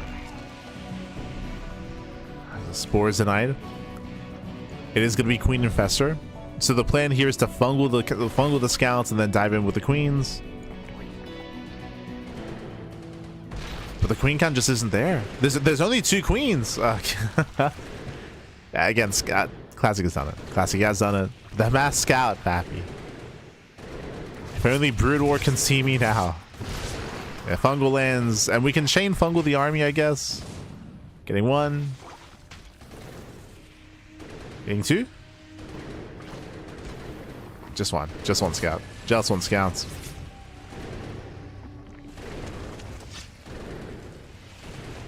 Oh. Yeah, cleaning up the final Queens. And again, the power of the revamped SE Evo Scouts. True. We ever well, Bappy. But a part of this is also that, again, there's just been no anti-air here. Like, trying to go Infestors, this is not the answer. And GG gets called. With that, Classic, he'll take a 2-1 lead in the series. GG. GG, well played. In Classic, he'll take a lead. Rumi, he had an interesting response to this, trying to tech up into Infestors. Unfortunately, the Queen count just didn't really build up. Going into Hydras, going into Spire, both are reliant on gas income, of course.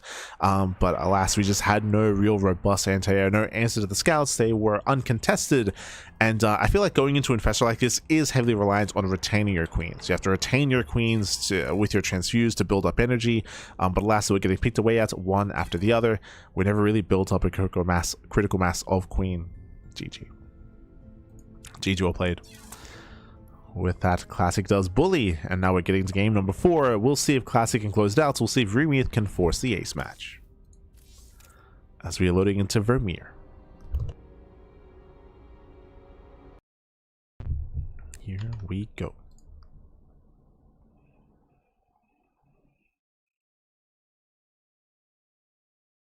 We can force the ace.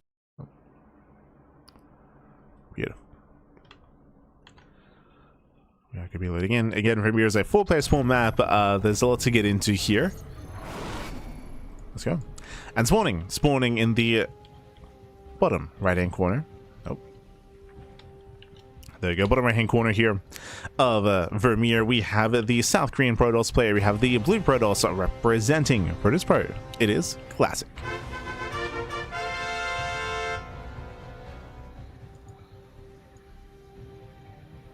And sorry, just setting up the player names. Beautiful. Spawning in the top left hand corner, we have the red Zerg player. We have the South Korean Zerg down in the series. Can he bounce back and force that ace match? It is the red Zerg player. The Brood War Zerg. It is Rumieth. Let's go. Let us go. Welcome to Vermeer. Vermeer is a 4-player spawn map. You can spawn in either corner of the map. And based on spawn locations that would either favor aggressive or defensive play, we do have cross spawns, diagonal spawns here between Classic and Rumieth. This means longer rushes by ground, more distance between yourself and your opponent. I would say this usually does favor the Zerg player, but that kind of depends. Rumieth, from what I've experienced so far, he's been very aggressive, very in the face of Classic. The one game that he won, he rushed into Lurker Tech, for example. But going for a Lurker Rush here is going to be less effective, just due to the fact of the distance, just the small locations. Classic will have more time to react, to respond. So we'll see how Rumieth does adjust on Vermeer. See.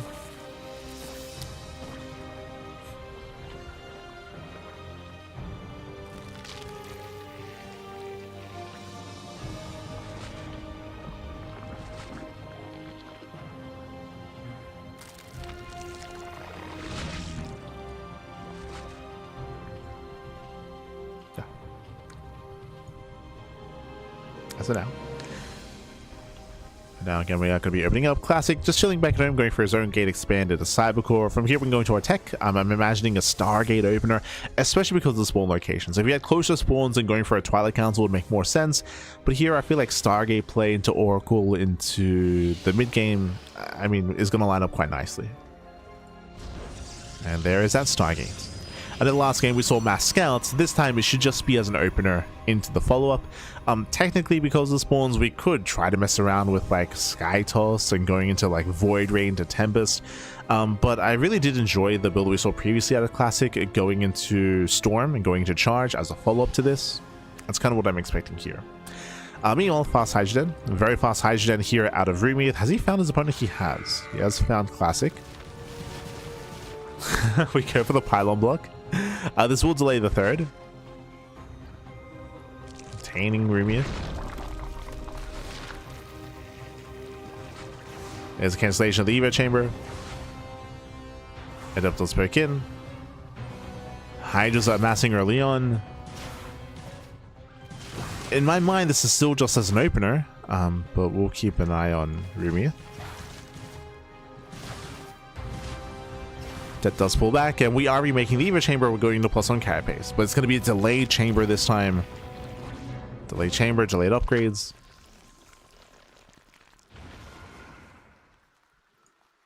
Hydra's a fan out. And Classic is getting ready.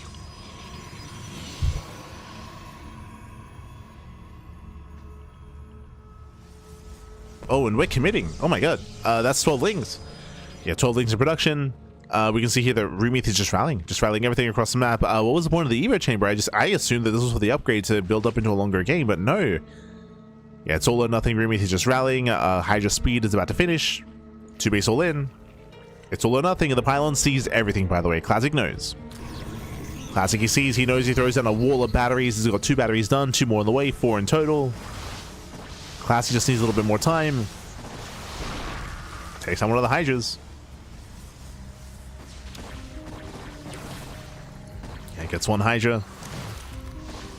Once again, pulls back to the batteries. Cleans up the Zerglings. Nice kiting here by Classic. Kites further back. Cleans up more Lings. Getting us up the Hydra. Oh, and we're running out of support. Yeah, the Hydras are running out of buffer, running out of support. The Hydras are exposed. Back at home, finally Rumith expands, but this is a late expansion, late reaction after the failed aggression. So Rumith is down in drones actually, which should not be happening, but he's down in workers, late third base. He's just now droning, just now saturating. This aggressive move was not worth it, and it actually put Rumith further behind due to the fact that he just did no damage. Did no damage. He did force out batteries, that is true. Did force a reaction. But he needed more than that. Oh. Did need more. Pylon finally goes down. Por fin, pap.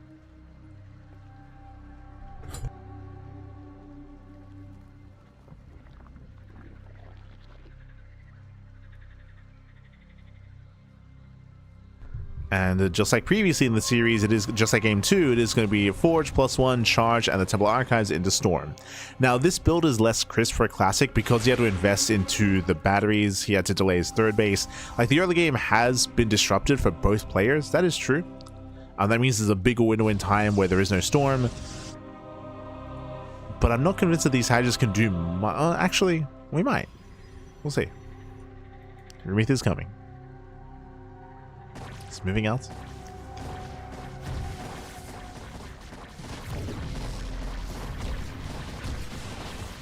Taswick takes on 2 probes.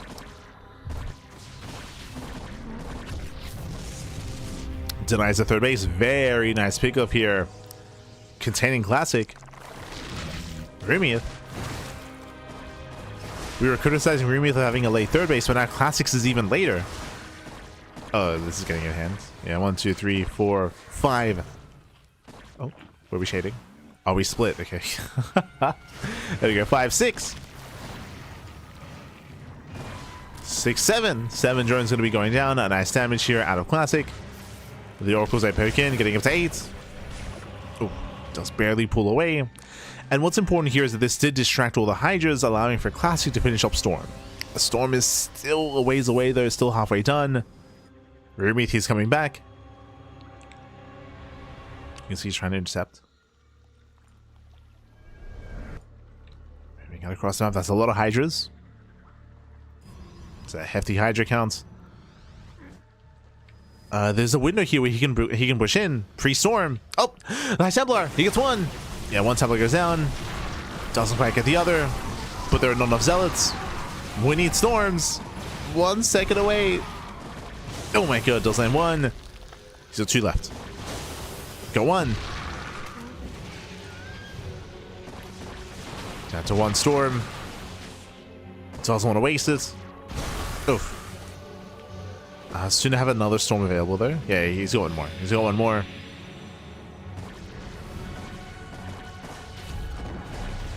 Classic is 1 of time. Storm lands. Oof. It's opening up the Hydras. And Classic holds. Yeah, Classic holds on, claims the third base. Did have to spend all of his storms defensively, that is true. He has held on. Rumith, no drones. Do you see what I see? 0 drones here at the third base. I mean, there's 2 workers, but we're under 2 base saturation.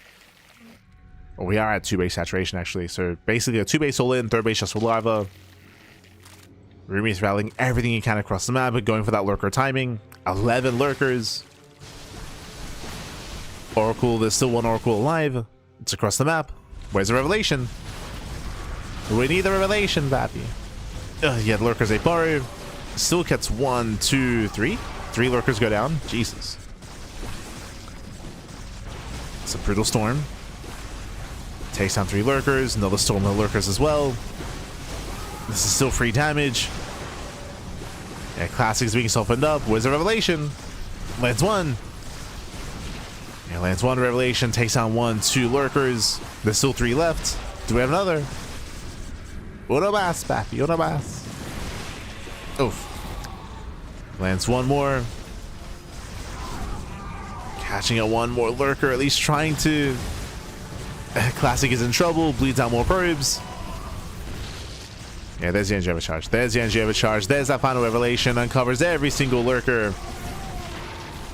And with that, they all go down. Classic holds. Classic defense. Does cost him 15 probes.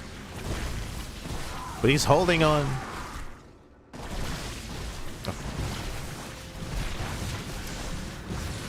Yeah, he is holding on, but I will say we'll overextend. Yeah, classic overextends. Please have more zealots. We're getting messy. We're getting messy. And this would be the time for Rumiith to drone to get into a longer game. He's not droning. He is not droning. Rumiith, he's still all in. He's still doubling down. Morphing in 4 more lurkers. 5th lurker's on the way. He's got 3 so far. Oof. Oh god. Tiles in the revelation. Lurkers, they pull away. Bit of miscontrol. Riley's back into the army. But we do have a nice concave here for Rumiith. Here's a nice concave. We're lacking detection. Hydras, they try to bust into the main, into the natural. Observers out. Detection's available. And we clean up. Yeah, we clean up all the lurkers. Every lurker does go down. Yo, the eggs. The lurker's gonna finish. And it doesn't matter. Yeah, it doesn't matter. And finally, Rumiith drones after the failed all-in. Earlier, when he initially killed 15 workers, there was a window there where he could make workers and macro out of this and be in a better position. But because he doubled down for as long as he did, it means that he's missed that window of opportunity, and now he is behind. Rumiith, he's behind, trying to catch up. Classic happily probing. Oh, going into the fleet beacon. Okay. Does make his way to the beacon.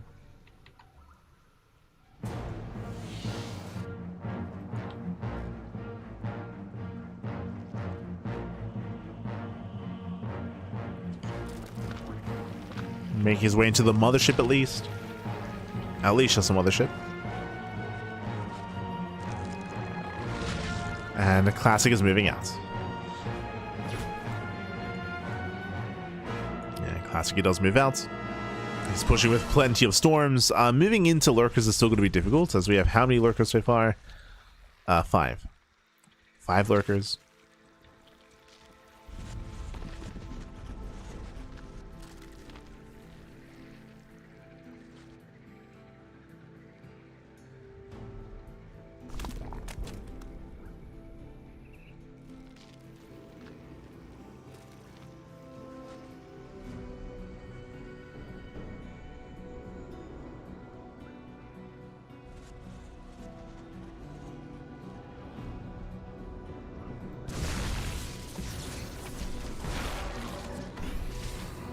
Catching him with the lurkers. We do see that Rumiith tries to bypass the army. Sneaks out across the map. There is a defensive recall. Actually, classic gets across the map as well. Yeah, going for the drop, going for the warp in. Zolse busts into the main base at the same time. Hydras, they push in towards the third. We're getting messy. We're getting messy. There's the recall. Recalls back home. Shows the storms. Lands too. Storms a land. Classic turns around. And Rumiith, he's somewhat trades, so he will lose everything. He'll lose every Hydra here. GG gets called. Rumiith, he's out of steam. And Classic, he will claim the series 3-1, advancing on to the semi-finals. GG. Whew. GG, well played. Congratulations, Classic. He will claim the series of Rumiith. He did pose a threat. He did fight back. He did have a very nasty build in game 1 by rushing into lurkers, but it did feel like he had to rely on that a little bit too heavily throughout the series, and Classic did a much better job at adapting to said tech, to said composition, ensuring that he was going for Stargate openers this time, having revelations, having some form of detection was good enough to shut this down. It was still close. It was still definitely close, and I will say there was a window in this game where Rumiith, after he killed those 15 probes, where he could have droned. He could have tried to take that lead and try to build up into a longer game, but he chose to double down. And that was not quite worth it. So he bled out a lot of units in the process, failed to do any more crippling damage, any economic damage even, and GG. With that, GG well played. With that, Classic did outscale. And Classic does take a 3-1 win victory in the series. GG. GG will played. With that, Beyond will advance on into the semis. Classic will advance on into the semifinals as well. With that, we're going to be going on a short break. We're going to be going on a short break here, and when we come back, we'll have our next series. Up next is going to be a ZVT between Shin and Cure. Oh boy, here we go. Up until this point, there was a bit of a skill disparity between the players, right? Like Byun and Deathmars and Classic and Rumieth, where I would say that Deathmars and Rumieth are more like up-and-coming players more than anything. Like they're still trying to close that gap. Meanwhile, here we have Shin and Cure. We have Cure being the best Terran in StarCraft Evolution, Shin being arguably the best Zerg in StarCraft Evolution. I still have a really hard time distinguishing between Shin and Solar in SC Evo. They're both a little bit interchangeable, but both very strong Zerg players in SC Evo. So we'll see. We'll see how this all does unfold in a best of 5. For now, we're going to be going on a short break. When we come back, we'll have Shin versus Cure, followed by Solar versus MaxPax. 2 series to go. We'll see you soon after the break. See you soon.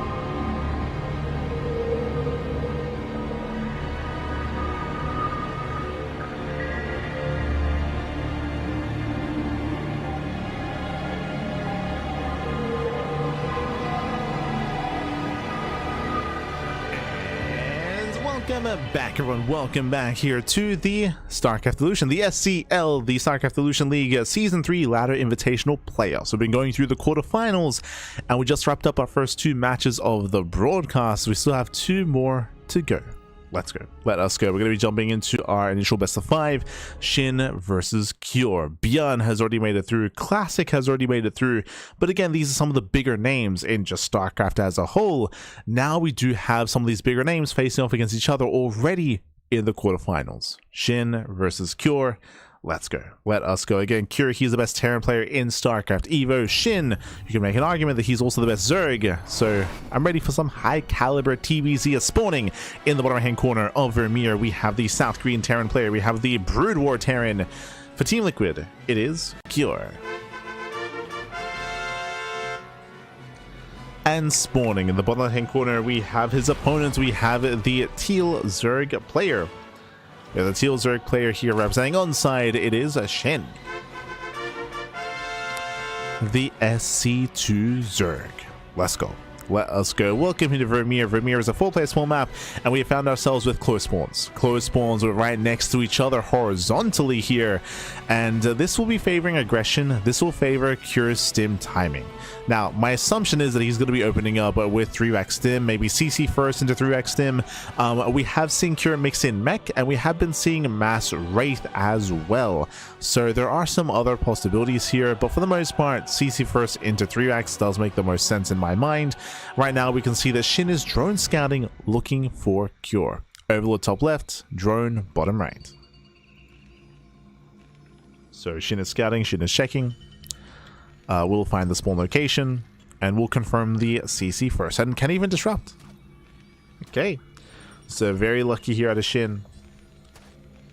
We'll disrupt, we'll delay the opener. Just being as annoying as possible. And no surprises here, 3x. Yeah, 1, 2, 3 Axes with the Academy into Stim. This is the go-to build, the go-to way to play. The meta, Pappy, the meta.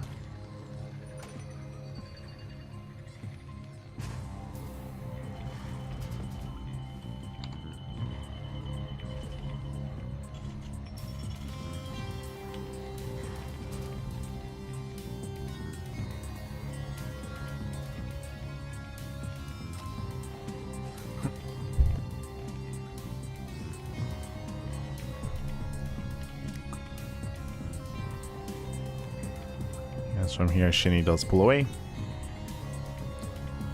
Behind us again, we have our 3x into the Academy into Stim. The Academy is now being thrown down. And while we build up, Shin has a couple of options to make. Now, Shin did get a full scout. He's fully aware of the build of choice. Now, to defend against this, you can go for Ling Bane, you can go for Ling Queen, or you can go for Roach Ravager or Roach Defense. So there are different angles there are different ways to defend against this. Some of them do allow you to counterattack. Say for the Roach response, you can defend, then bam, counterattack and get across the map. You do have that available to you as well. Otherwise, Ling Queen defense can be a little bit messy, can be a little bit shaky. You do have to make a lot of Lings to make that work. We'll see. We'll see what Shin does settle on.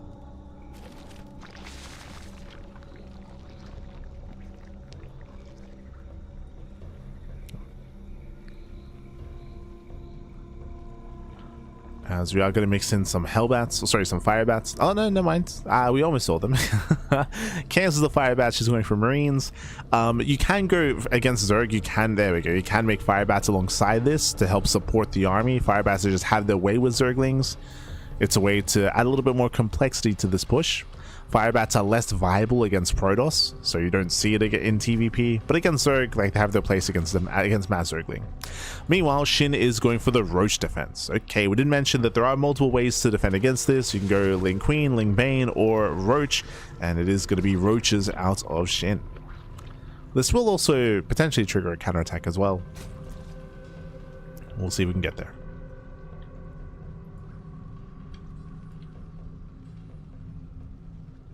Is welding across.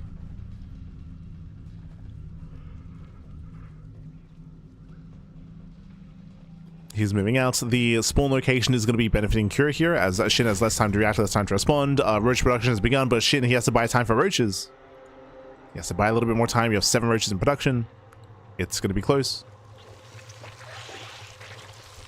Roaches won't be done in time. You can see here they're done in a couple of seconds. They're going to be ready in a couple of seconds. They pop out just in time to defend. And Shin holds.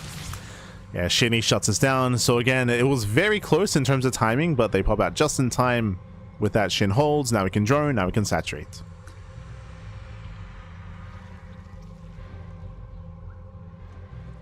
And Cure, he's forced back. Behind this, going into U338 shells, +1, and we're going into our transition into Bio Tank, typically.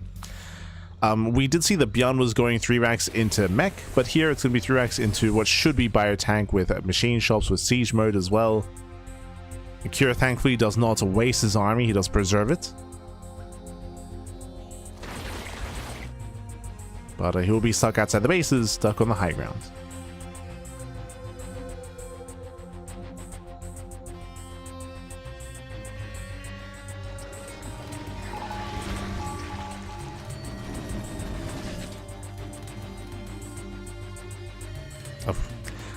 We did speak on this earlier, how going for the Roach defense does give you a really strong Roach timing available. We have 1/1 upgrades on the way. No lair yet, I will say that. So later lair means later Roach speed. Without Roach speed, it is going to be difficult to push across the map. I would say that's a bit of an oversight from Shin. It is an oversight. But maybe he's just more concerned with just defending, turtling, droning. Building up set economy.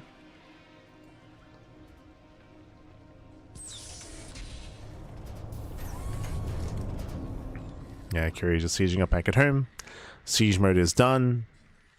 Building up into Bio Tank, into Science Vessels as well. We're building up a much more complex army here. Of course, a Radiate is ideal against Zerg. And if you've been watching much of Cure in StarCraft Evolution recently, you'll know that the end game, once we get into the mid to late game, once we get into like a 3 and 4 base economy, is mass Science Vessel. Like, I'm talking like 10 to 12 Science Vessels. Just massive Radiates everywhere. That is the meta. And we've begun the first set of Science Vessels.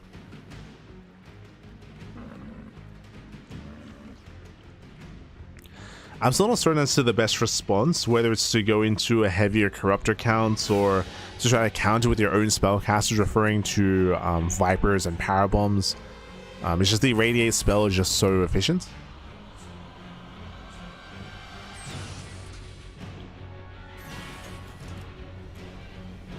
But we'll see if we get there. We'll see if we get into that kind of game state. Again, because of the close spawn locations, we're expecting things to end in the mid game. Oh, yeah, massive tank shots. Shin is going to be zoned away. Link speed is finishing up. As we are teching. Head towards the hive. There's our first Irradiate.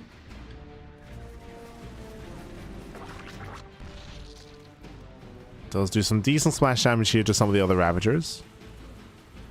And we are going for the hive. We're also going into the Spire. Okay, so it looks like it is going to be the Corruptor response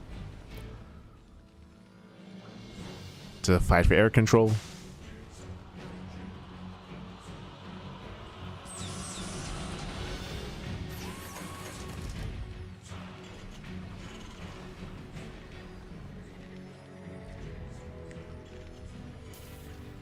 Oh, okay, we're gonna lock in. We're gonna strap yourselves in, Bappy.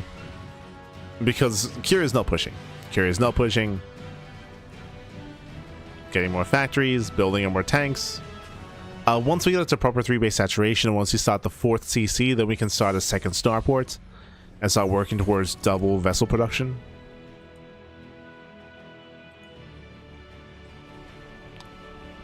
But yeah, Cure, he's not going to move out anytime soon. Oh boy, okay. Vámonos.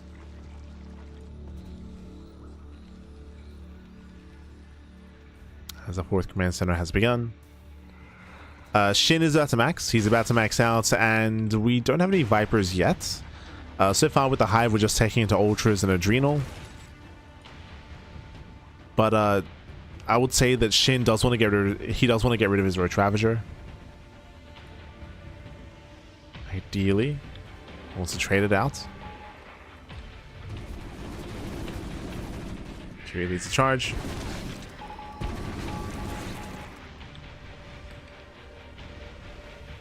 Clearing up creep.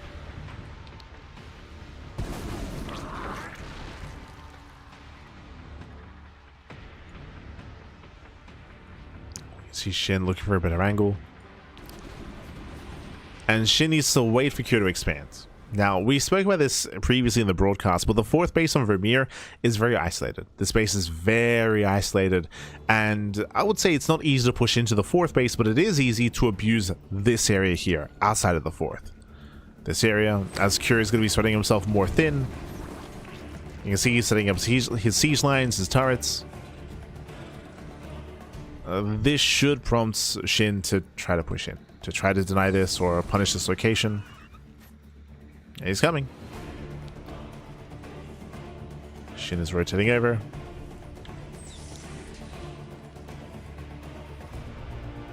Can we get on top of the tanks? It's going to be close. The vessels are somewhat in position. Oh, I moves in. Nice fungal. Very nice fungal. Oh, massive connections. No splits. The fungals are crazy. Yeah, lands the fungal. Takes on the first tank as well, but he cannot push further. Still, though, was not a bad fight. Nice radiating on the Ravagers. Radiate on the Ultra as well. Oof. Yeah, some brutal irradiates. Shin has to back off as he is not splitting the damage. No, don't clump up. Yeah, he's trying to move further in. He wants the Bio Army, but he will lose the Ultra. And the Ultra goes down. Kyria does hold. And Shin remaxing with Corruptors and with his Vipers. Okay. Again, Vipers will help immensely when it comes to breaking these siege positions. Labs are coming. Corruptors. Ultras. Shin mass expanding, taking every other base on the map. Now remember that resources and bases last longer in StarCraft Evolution, so you can stay on a lower base count for a much longer time than regular SE2. So Kyria, upon claiming this fourth base, he can max and build up a bank. The pressure is still on Shin to break him.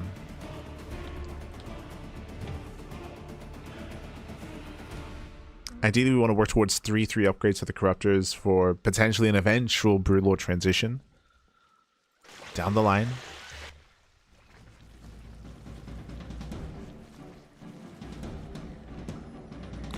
Kyria's still perfecting his army as well. Ideally, as you get into the late game, you do want your tanks, that is true. You want your science vessels. Ideally, you switch into vultures for spider mines. That is more efficient than marines. Than the bio army. Ideally, in the late game, you want to get into mech, I want to say. And now there, once again, nice radiates. Yeah, radiates on the Vipers, on the Ultras as well. They do land some blinding clouds, but the Ultras are going down. Okay, the Ultras get focused, and Kyria's holding. Kyria, he completely shuts this down. A very nice hold. Again, the blinding clouds are not good enough. The radiates were insane.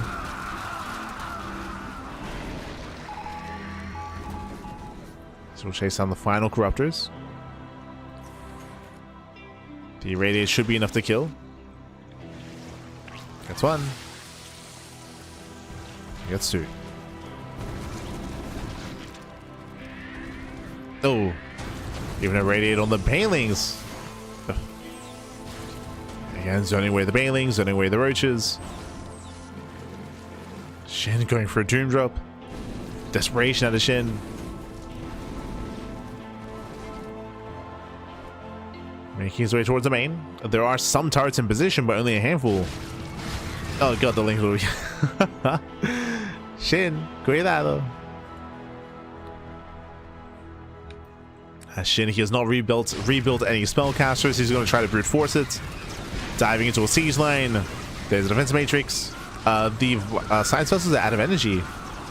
There's one irradiate. Lands one, lands two. Kyria still holds on. Doom drop into the main base. Does unload. Kyria's out of position. He races on over. He's racing back home to defend. And this is getting damage. SCVs, depots. Nothing major, but it's distracting.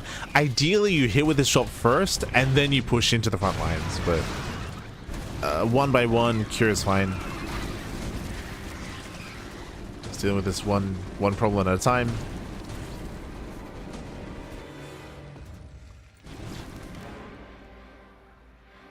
He's up all the lings.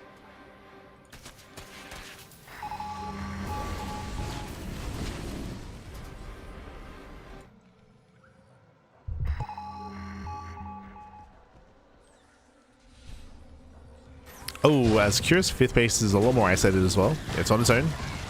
Despite that, Lings they try to collapse in. We just drag the army back into the tank field, into the line of tanks. Oh, yeah, tanks they just bully. They bully the Ling Bane. They bully the Ultras. Cure bullying Pappy. And for the first time this game, Cure can now push into some of the bases. He can push into the expansions. For the first time. Raise on the spellcasters, on the corruptors. One Viper comes in, it's too late. And Cure dominates. Again, the vessels, Pappy. And to be fair, as I mentioned before, Shin, he was kind of trying to brute force the issue earlier. Like going into more ultras and lings and just trying to break through, and it just did not work out.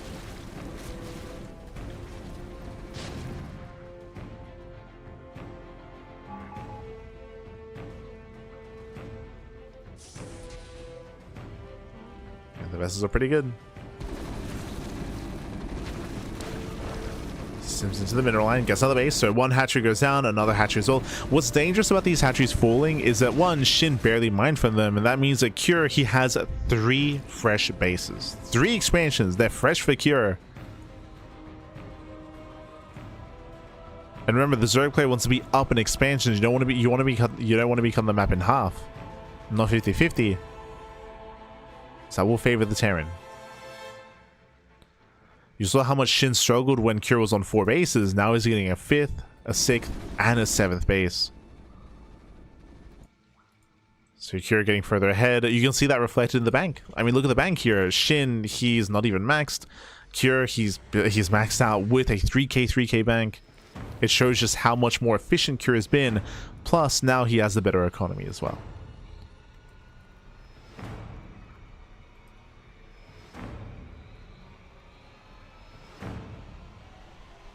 So Cure, he's all over this.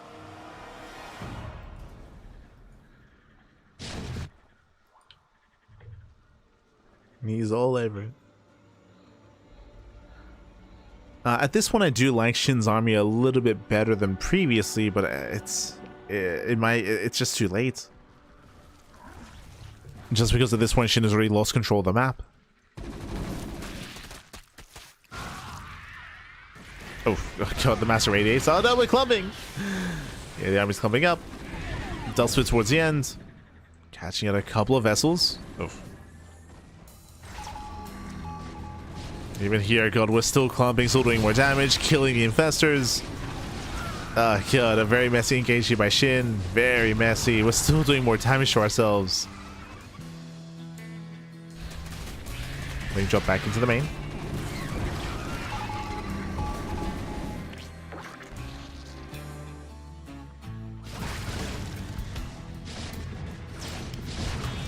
The main base. Shin is moving in. Oh, does catch more vessels. They go low. 1, 2, 3 vessels going to be going down. Decent trade here from Shin, but the ground army is lacking. He's lacking, Pappy. Yo, meanwhile, big shout to Este Chobo Team League. Pappy God. Thank you so much. Thank you so much for the raid. Hope you had a great cast. Hope you had a great time. Hope you had a great league. That Chobo Team League. Thursday Curious, the CTL. I'm glad to hear that you're still running. It's been a while. It's been a while since I've taken note of the CTL, but they're, I would say, the biggest amateur team league out there. Biggest amateur team league. They have a really fun format. Think of Pro League format, except typically the way that it works is they have like in round 1 they have like, say, gold versus gold, and then silver versus silver, then diamond versus diamond, then masters versus masters when it comes to the team league. So a good way for amateur players to compete, to play. to face off. Thank you so much. Hope you had a great time. I was welcome to some StarCraft Evolution. Welcome.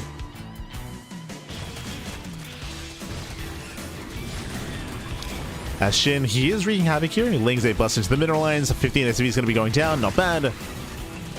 Catching up some workers. This is nice harass, but remember what matters most here is the bank. And what matters most here is the main engagements, the main fights have been going heavily in favor of Cure. Shin is desperate for damage. He needs more. This is a good start, but just a start. Double jump into the main. We have a Ling rotation to the top side as well. Cure is spread thin. Oh, not this time. Okay. As drop is denied.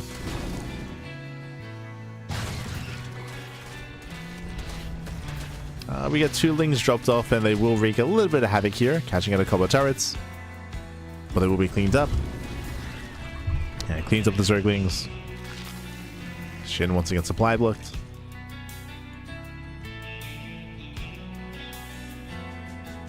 Going back into Ultra. And how many vessels do we have at this point? We have 6. Okay, only 6. A relatively low vessel count, but we're about to have 5. Sorry, we're about to have 8. 8 vessels.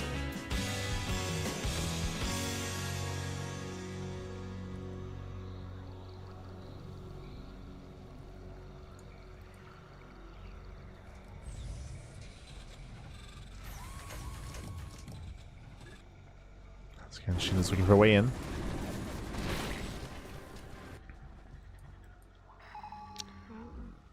Still being active, rotating over. Does find another avenue of attack. Oh, not quite. This time Cure is keeping up. I still stand by Cure potentially having a stronger composition if he had switched into Vulture to support the tanks. So far he is keeping up. I mean, again, just setting up all these Spider-Mines would help immensely when it comes to trying to keep up with a much more mobile composition. We have seen here Cure have a hard time keeping up with those rotations. Commits in. Go for the power bomb. That's power bomb. We just massive radiate. Oh my god. Jesus. The massive radiation. The vessels are all going to go down. Not a bad trade, but again, the irradiates, they pop off. Ultra's trying to break through. Does clean up a siege line. Does reset the vessel count. Yeah, resets the vessels. Oh, I spoke too soon. As we hunt down the Ultras. Ah, no. Yeah, they're being hunted down. Nice position here with the fire bats. Oh no, the drones! They come back too soon. Get out of here. It takes down 1. Do we get 2? Up. 2. 2 Ultras go down. Again, you can see just the AoE, the splash damage dealt there from the irradiate. Kills another Ultralisk. We just keep clumping. Nice defense matrix, just buying time. Tanking extra shots. Reinforcements, they rotate, they respond. Catching up more Ultras.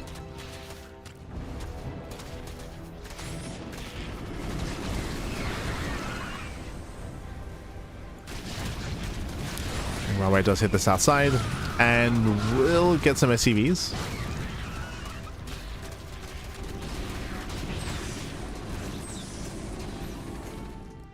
Yeah, it does get a couple of workers. But again, Shin has been struggling for the past like 10 minutes at this point. Still has not been able to build up a gas bank. Cheers out. Wow, late game. Yes, Cure has not pushed across the map the entire game. That's a that's a big part of it. Cure has been in a very strong position. If you haven't been watching StarCraft Evolution recently, this has been Cure's playstyle in ZVT. Is just be hyper defensive, just build up into the perfect army of vessels, and just let the Zerg player just ram into a brick wall that is just mass vessel.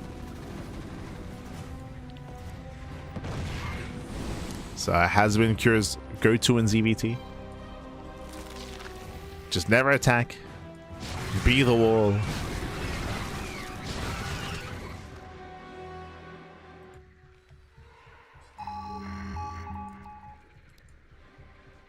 Just be as efficient as possible. And again, it works.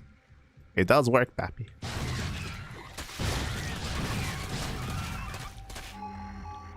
Oh. I say that. 24 minutes in, Cure poking out. Let's poke out. Doesn't quite push into the opposing bases.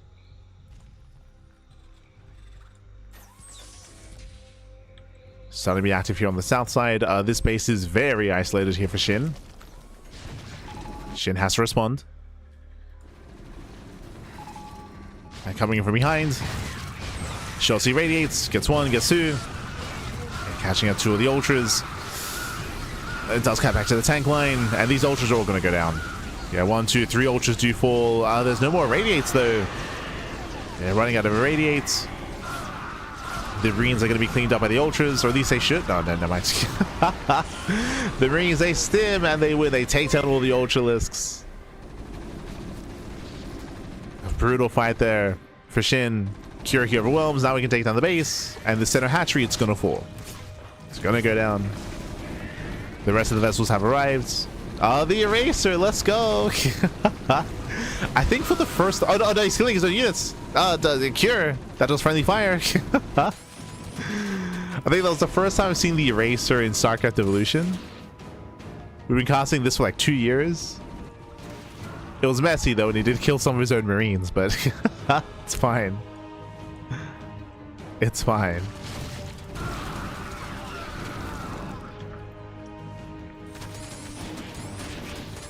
Takes down the bottom base. At the same time, we'll bleed out his entire mineral line, 27 SCV kills. But again, Cure has a 5k, 4k bank. Like, Cure, he might lose workers, it's fine. Like, he can afford to lose it. What matters most here is that Shin lost an expansion and basically can't afford to lose. Meanwhile, a big shout to Cian. Cian, Papi Gaga. Thank you so much. Thank you so much for the raid. Hope you had a great stream. Hope you had a great cast. Hope you had a great time. Obrigado, papi, obrigado. Cian. Thank you, thank you. Do appreciate the raid.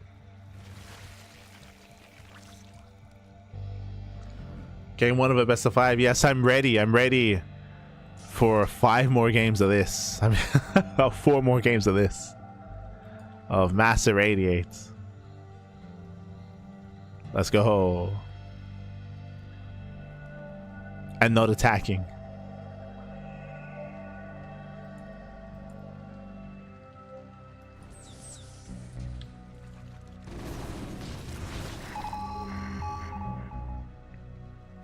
Oh, speaking of not attacking, sure. 27 minutes in. I mean, again, we're poking into the fringe bases. Master Radiate here on the Corruptors. Fungals, they will punish. So there's a punish here, getting 1, 2, 3, 4 science vessels. Oh god, the irradiate, so it's all glowing green. It's all glowing green. Ah.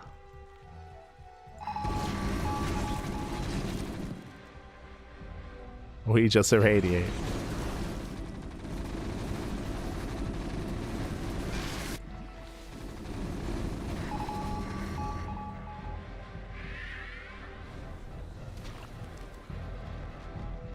Oh god.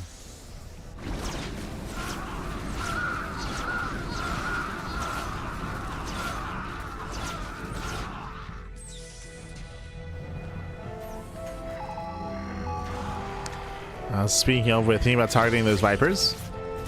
Doesn't get the Ultra. There we go. Both Vipers get called out. We have the attempt to counter Powerbomb. Catching out one vessel.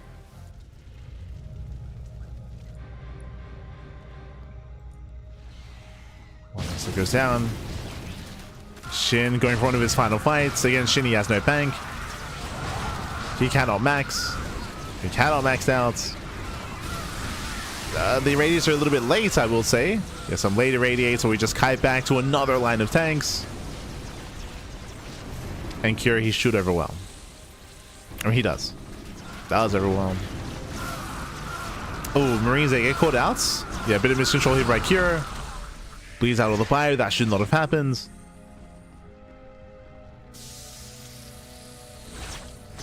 As we have one Ultralist left.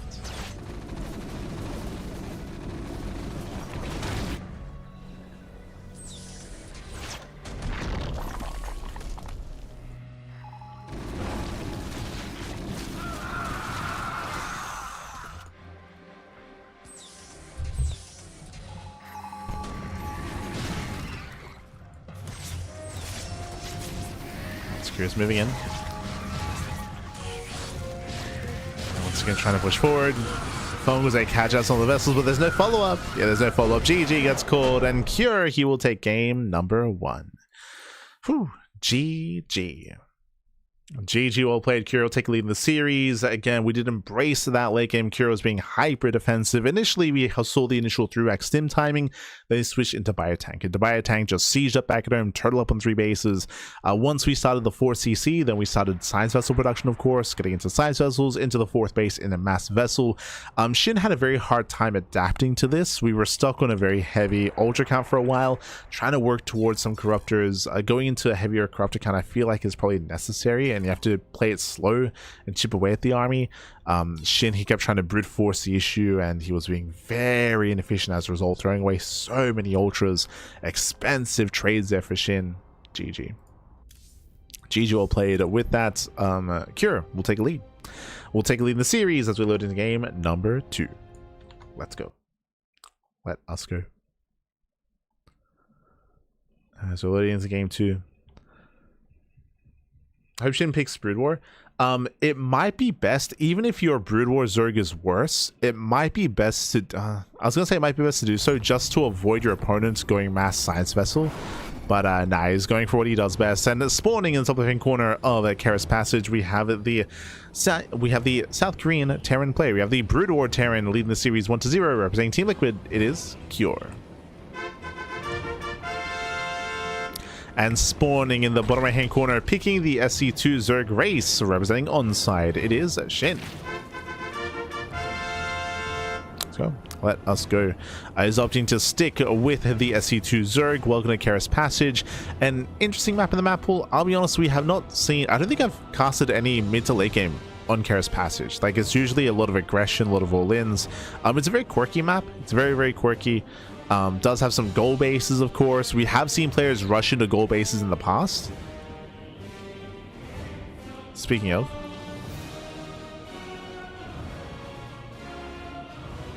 Oh, we're just gonna hatch block, I guess. I was very perplexed for a moment there. Setting up the camera locations. Drone does move out. Eyes are on Shin. So now just CC first into 3x. This is the go-to build here for Cure, or for Terran. Okay, we do go for the Drone Scout. That's a little bit odd. The Drone Scout last game made sense because it was a 4-player small map. Going for the Drone Scouts here, I mean, it does delay the CC first, I guess. Does force down extra SCVs. So there is some damage dealt. As we then confirm the follow-up. There we go, he gets eyes on the 3-racks. Let's go. Oh, my apologies. My apologies. I'm so used to the auto scene switcher. My bad, my bad. But yeah, coming into this, you didn't really miss out on too much. I guess talking about the map itself, sorry, we have goal bases here, which we have seen players rush into in the past. Back at home, we have our standard hatch gas pool out of Shin. Did go for a drone scout, which I was trying to describe. Did go for the drone scouts. I was able to delay the expansion. Didn't really get too much done though, as we're going into our CC first into 3x. Is the same build we saw last game out of Cure. Same build. Again, this is the go-to. This is the meta. Going through X Stim. Shin did go Roaches last time to defend against this. We'll see if he can pull this off. I do apologize. Usually we have an automatic scene switcher active, but for StarCraft Evolution, nah,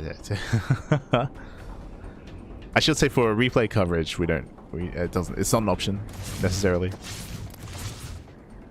So I gotta look in. Gotta look in.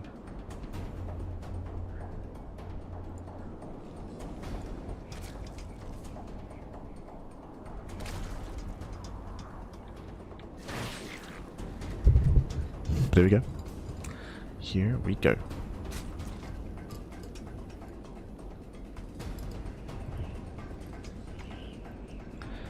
Now again, last game we did see a Roach defense. Shin, he still only has 2 workers in gas, so he might go for a Ling Queen defense. Okay, he's going for a Ling Bane defense. Let's go. Bane Lennis is going to be on the way. We're building up our Queen counts. An alternate way to deal with this stim timing. Let's go.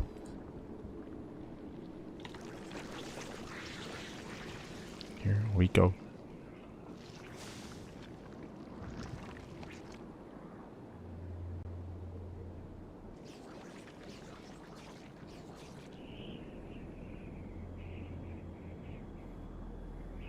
Scurry does move out. Stim is almost done.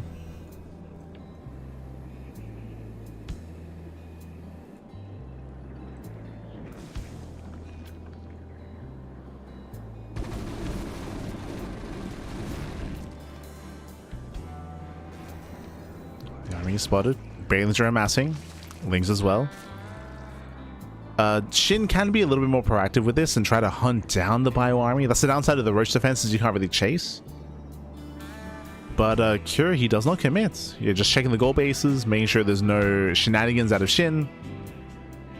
This time we saw that Cure did not commit into fire bats. Just transitioning already into U238 shells into the factory. Again, he has enough respect here for Shin to recognize that most likely Shin would have something to defend, so he doesn't even attempt to move in. Backs off, rotates, reinforces, scans the main, confirms the lair.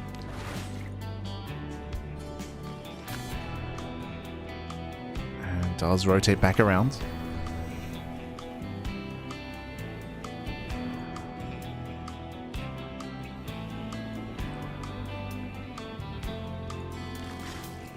We gotta be careful. Uh-oh.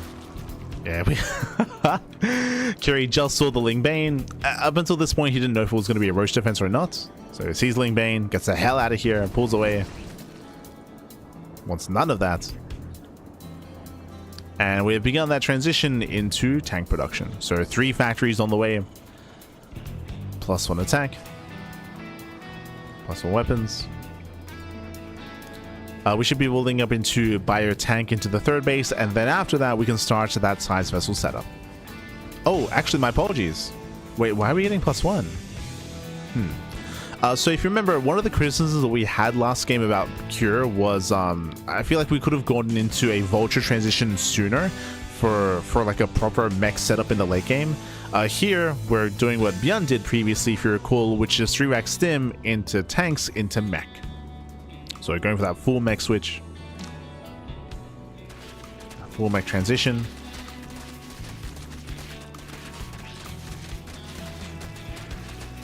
Because it takes some time for all this production to get up and running, and because your Rax is doing nothing, it does mean that Shin is vulnerable here to a push. But Shin is droning. Shin is droning, taking, saturating. Even though Cure is vulnerable, he should get away with it. He should not be punished. It might even be just a reaction to the Ling Bane. It's possible that against a Roach heavy start, then the threat of an actual Roach push is quite high, and you don't want to be caught with your pants down mid-transition. Here, because it's Ling Bane, it's much more viable to start your production, to delay your own, just because there's less of a chance here that Shin would break through.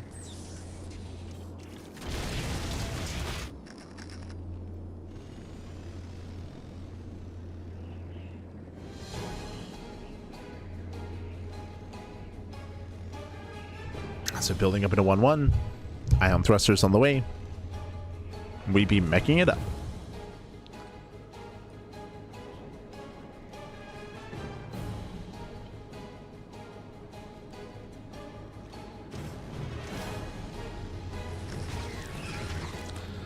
Throwing down all the spider mines. The vultures have just now been scouted. Spire is on the way. There is potential for Mew to play here for sure. There is potential. Me and Rollian. No Spider-Man set up. Yeah, they're not set up. But the vultures do get away. Yeah, they do get away. They pull back.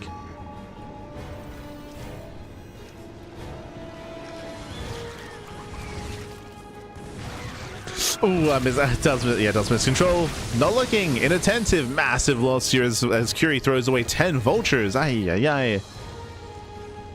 He moved onto the high ground, then he just panned away with his camera. Wasn't looking.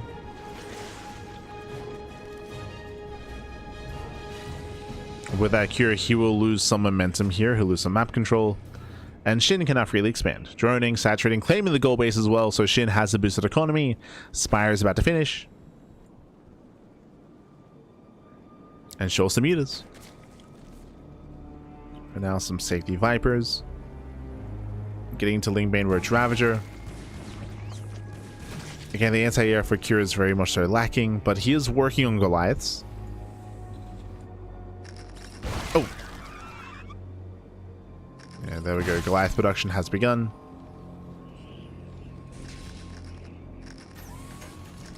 Is this enhanced munitions? I'm trying to remember the name of this upgrade.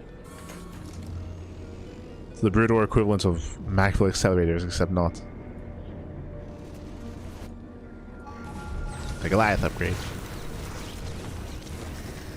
Karen boosters, that's it. One day we'll remember. Jesus, the Spider-Mans are crazy. And mine shall take go up. Yeah. One day I'll remember. There's a science vessel. Sorry, this is the science facility. Getting ready for vessels.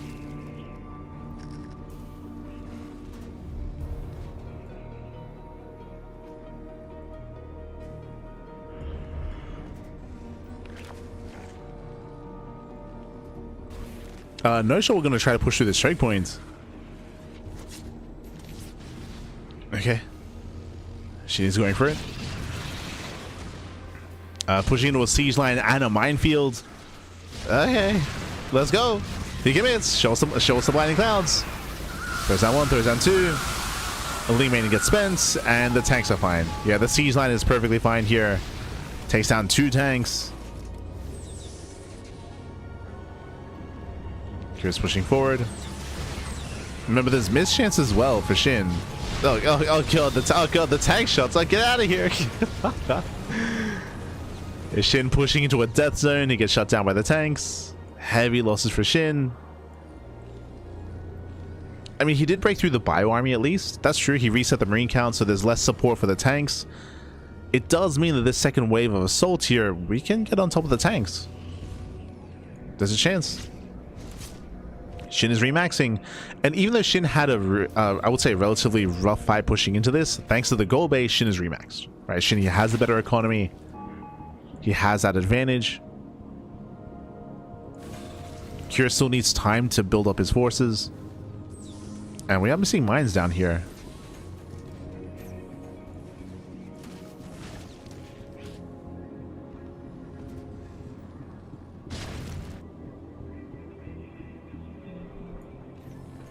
Otherwise, again, we're in for a long one.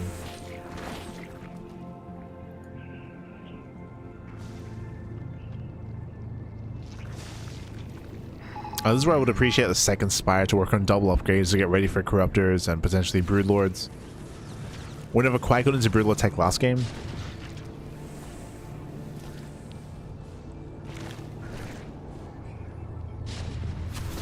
Let's do about down one of the tanks.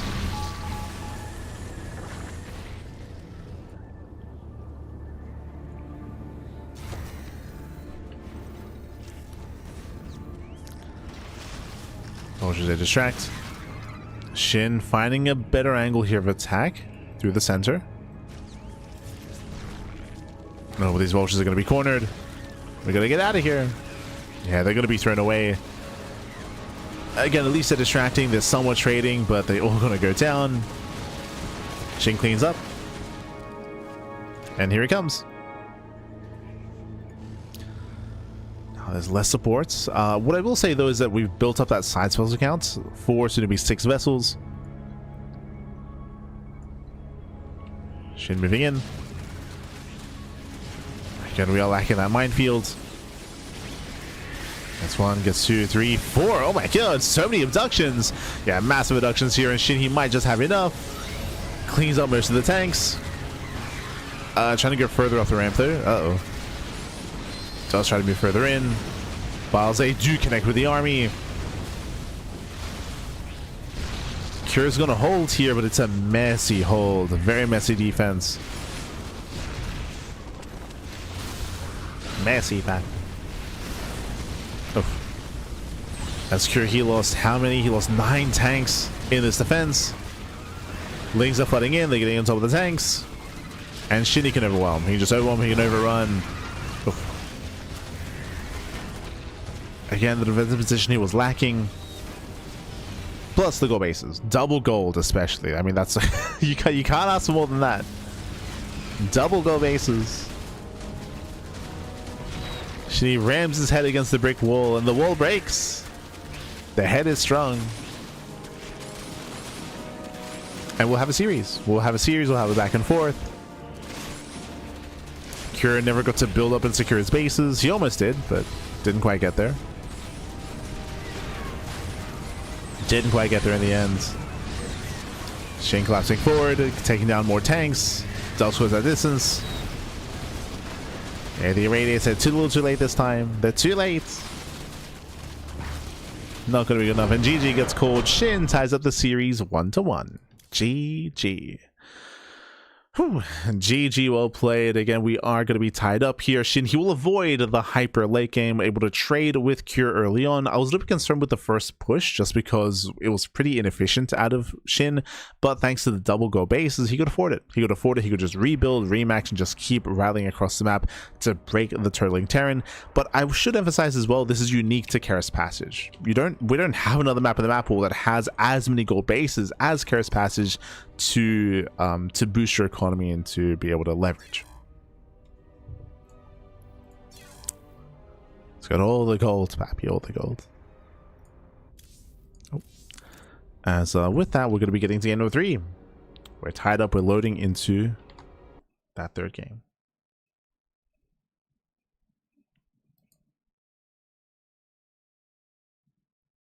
We go. So explain like crazy. It basically Cure tried to play a similar style to game number 1, which is just be hyper defensive, just be very defensive and build up that mech army. Unfortunately, specifically on Karis Passage, the Zerg player can punish you even harder due to the fact that they can take those gold expansions, right? Take those gold bases. But here we go, we're getting to the next game, and spawning in the top side of Sylphid, we have the South Korean Terran player. We have the blue Terran representing Team Liquid. It is Cure. And spawning in the left-hand corner, we have the red Zerg player. We have the red Zerg player himself. We have the South Korean Zerg, the Brood War Zerg. It is Shin. Here we go. Oh, so Shin, he's going to be forced to play Brood War Zerg instead. Cure is going to be a lot more comfortable in this game, and from my experience covering Shin's Brood War Zerg, we've been seeing a lot of like aggressive builds and aggressive timings. You're seeing it here as well. Gas first. Gas first. Gas pool, late hatchery out of Shin. Shin is being hyper aggressive. We'll have early link speed or potentially an early lair.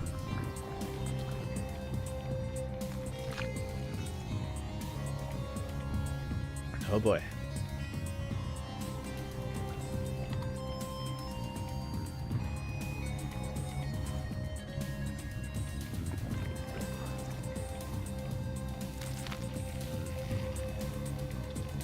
Joining, saturating.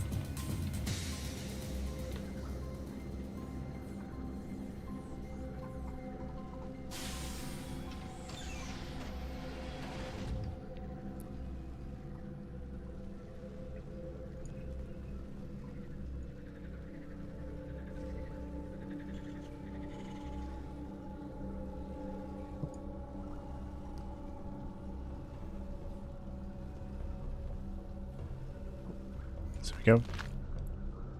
From here, Cure scouting bottom right. Remember, this is a 3-player spawn map. Cure, he is going for, interesting, is going for a Rax expand into what looks to be a 2-1-1, or maybe even a 3-1-1. Okay, you have my attention. Heavy marine counts. Meanwhile, if you remember, with Cursor is going to be done with the gases, we are going into link speed. We're going into link speed, but we are also still continuing gas mining. So really fast link speed, but also faster, I'd imagine, Hydra. I'd imagine we're rushing into Hydras. No, he's rushing into the lair. Are we going into 2-base muta? So link flood into 2-base muta? Question mark. Okay, interesting. Ling's A power past the Reaper. Reaper does poke in, does confirm the lair. Cure is aware of the heavy tech. And Ling's A will delay the expansion. They delay the CC. Command center is going to be delayed. It is going to be a 3x follow-up.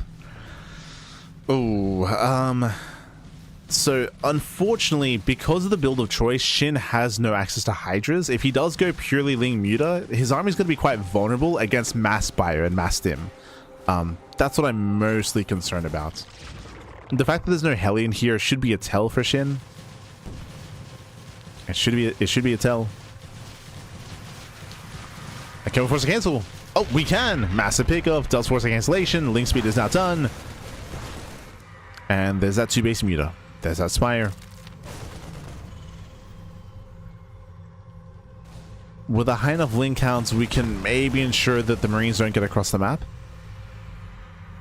That would be the hope. Remember, Cure, he saw the lair, so he knows, right? He knows that there's a high chance for 2 base Muta. And Cure is just going to double down, waiting for Stim, and then we'll send it. And it's all going to come down to the Stim timing. Oh, is there a cliff face here? I didn't even know. Wow, okay. I was not aware.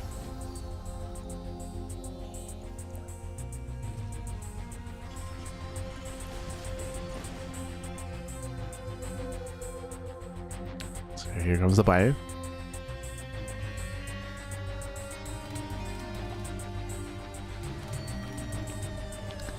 As Cure moves out, Shin should be making Lings. Is setting up his sunken colony field as well.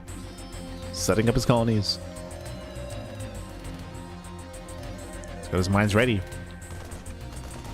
And we just pull the boys. Let's go. I mean, we have to hold on. First 2 Marines do go down. Cleans up the Lings. Stim is about to finish. And now it's go time. Yeah, it's all or nothing for Cure. Technically, he's expanding behind this, but he has to do some crippling damage. Likewise, Shin, he's on a 1 base economy, does have his gases. We have 6 mutas on the way. When it comes to the armies in a head-on fight, Cure wins, 100%. 100% he will overwhelm, but the colonies here, they will complicate some things. They will complicate. Am I overestimating the power, the strength of these colonies? Can Cure just stim this down anyway? Oh. Jesus. Shin, he's going to be careful. Takes a lot of hits. Mutas, they move out. Cure's moving in.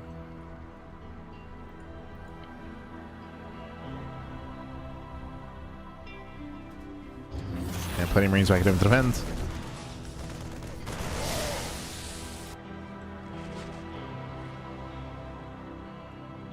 Cure Dustin forward. Yeah, Sims in, cleans up all the Lings. I don't see him breaking through the colonies though. No, he ignores it. He just ignores it. He just runs past. He rushes in. Oh my god, gets a Muta. Takes down 1, takes down just the one. The other 2 are very low. Boys are being pulled. Desperation here, and he can't focus on the Mutas. There we go. Takes down 1 more. And that's going to be 5 drones. 5 drones, 2 Mutas going down. What was that, 3 in total? 6 in total. Oh, they went down across the map as well. 6 mutas going down. Those are expensive losses here for Shin. Bearing in mind, Shin has no drones. He has no drones. Barely any saturation. Economically, Shin is looking very rough. Very rough. Oof. Losing another Mutalisk. We can't afford to lose these mutas. Oh god. The Marines, they punish. Even here as well.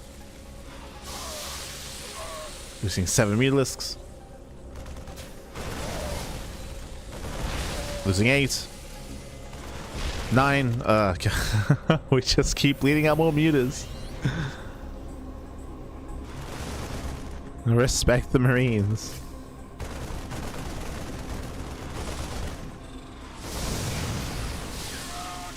No, losing 10. 11. 12? God. Yeah, there's nothing left. At this point, there's just not enough left here. There's what? How many mutas are remaining? 6. We have 6 mutas left. We have 3 across the map, then 3 coming, 3 reinforcing. Shin just cannot build up his muta counts. Losing another Mutalisk. No. Losing far too many. Again, mutas are made out of paper, Patty. Gotta look after them. Oof. That's a lot of beautifuls. Down to 7. We'll finally get some economic damage here. 1, 2, 3, 4 SCVs going down. And where's Cure? Across the map. If you're curious as to why there was damage being dealt here, Cure is moving out across the map. Back at home, there's nothing to defend. Lings are in the center. Mutas are across the map reinforcing. And as long as Cure can avoid the sunken colonies, he should be fine. Yeah, Shitty does take notice. He tries to react. GG gets called. GG gets called, and Cure takes a 2-1 lead in the series. Whew. GG. Does take a lead in the series here. Again, Shin being very, very cheeky, trying to go into very fast 2-base, really just 1-base muta. 1-base muta out of Shin. But he got scattered. He got scattered early on. We saw that Cure, he blindly was going for his own 3-rack stim. His own heavy bio setup, and he was able to punish the Lings, punish the mutas. Yes, he was forced to cancel with CC, but he did devastating damage across the map. Big part of that was Cure deciding to run past the colonies. Looking at the colonies, I was not confident that he could break through the colonies and brute force his way through, so he didn't. Instead, he just ran past. He ran past the colonies, got into the main base, did some crippling damage. He made sure the muta count stayed very low, very, very low muta count, as so many went down throughout the course of that game. GG. GG, well played. With that, we're getting ready here for our next game of the series. Oh, sorry, I do have to fix up the... There we go. Fix up the score. Cure is up 2-1. Cure is up 2-1. Cure, he is 1 game away from claiming the series. We'll see if he can claim it here now. We'll see if Shin can force the ace match. As we are loading into a more modern Brood War map, we're loading into Death Valley. Let's go.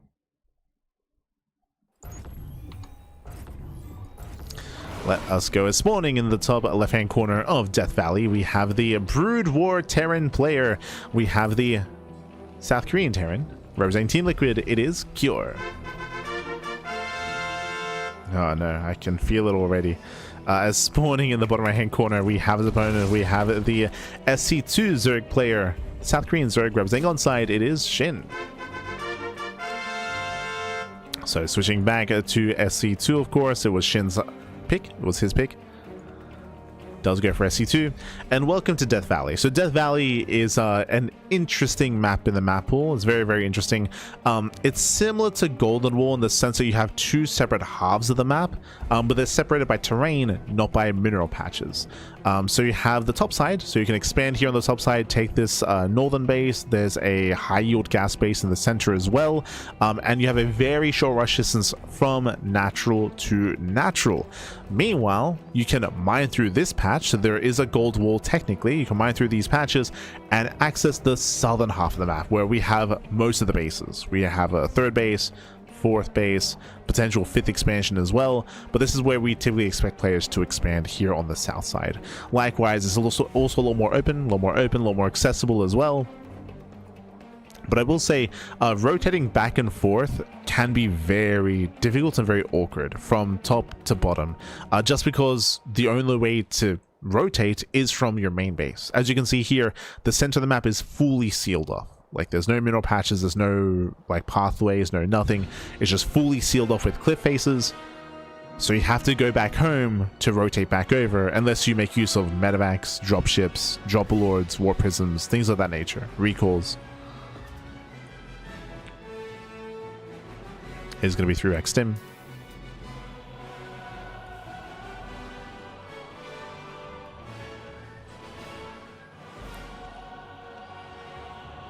I guess technically Colossus can move through the cliff faces, I guess. I mean, obviously not a factor in this matchup, but I guess that can work.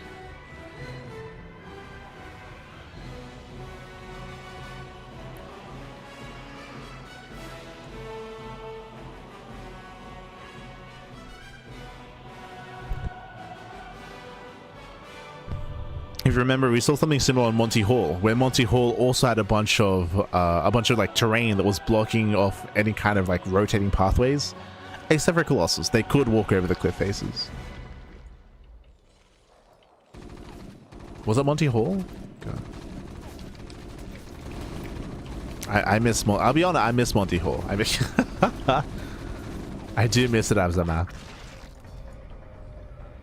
I miss my Monty Hall. I miss my Troy. True, true. Smooch.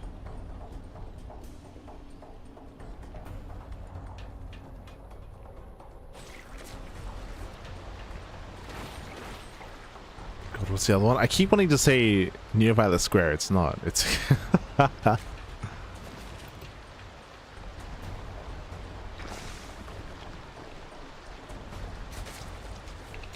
I've actually just erased it from my memory. Is it near humanity? Near Eyes of Siren, that's it. Jesus. He wanted to say like near Planet S. The Eyes of Siren. But here we go. Here we go. For now, it is going to be Roach Face open out to Shin. So Shin is opening Roaches. Meanwhile, the sim timing is soon to be upon us here. But actually, my apologies. I just blindly assumed it was going to be 3 racks, but no, it was only 2. So a very minimal amount of bio is being built up into a follow-up 5 racks setup. So this is going to be hitting late. It's not going to be hitting as early as we expect. It's going to be a later push, a later timing, but with even more bio. Meanwhile, we do see a scan confirming lack of lair. Shin does build with 3 bases. He is getting his safety roaches up and running. You could argue though this is wasteful. These roaches are going to be out in time to defend against the stim timing, but there is no stim timing. These roaches could have been drones.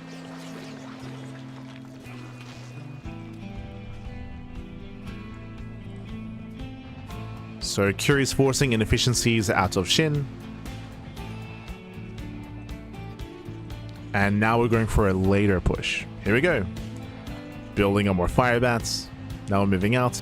Shin, he is not droning, by the way. Like, period. He is not making any workers, cutting out 38. Massing up Ling Roach Ravager.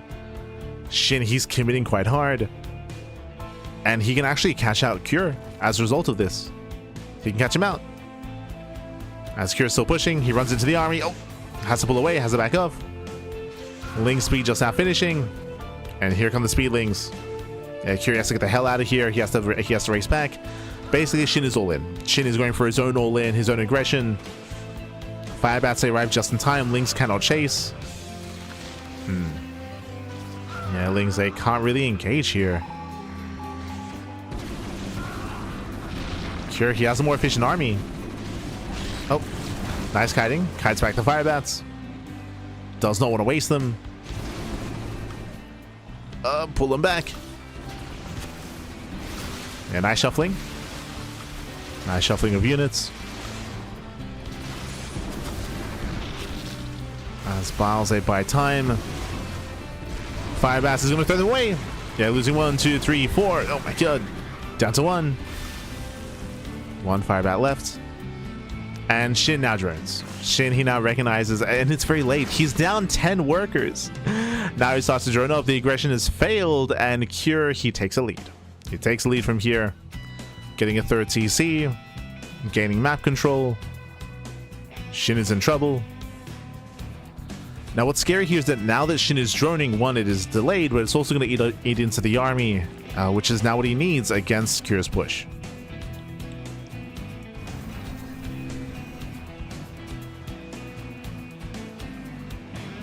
Cure's moving out. Cure only has 1 Firebat, which is concerning. Just the 1. It's down to 0.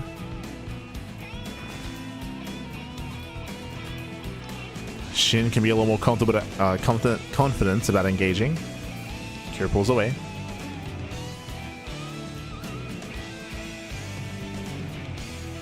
He's idle on the low ground. Okay, good. Does pull back behind this, taking up into double starport in a mass vessel. Okay. 2 port, 2 base mass science vessel. Let's go. Yeah, the facility is still finishing. Interesting. So it's a bit of a weird dynamic. We usually see bio tank as the follow-up, but this is going to be no tank production whatsoever. There's no machine shop. No machine shop on the factory. Rushing vessels.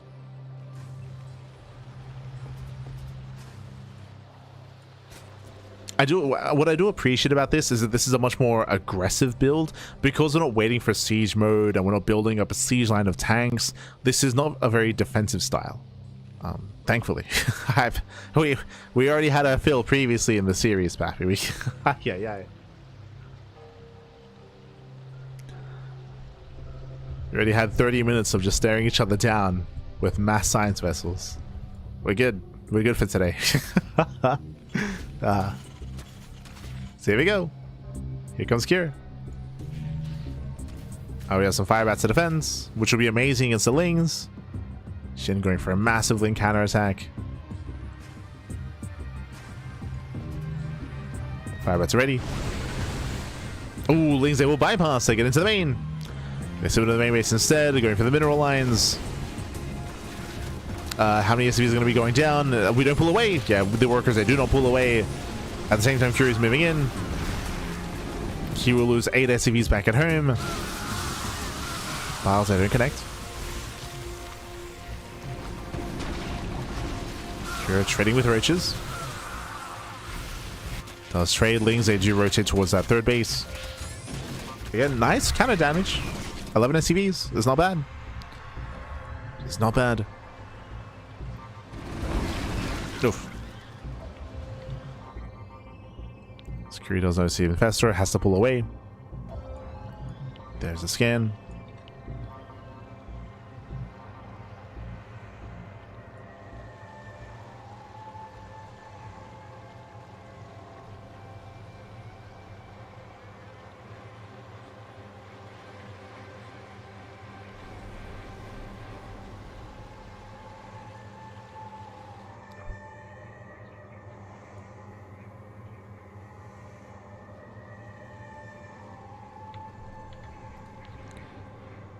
As we're just now getting to our vessels. Okay, we have 4. We're going for a split push. Let's go.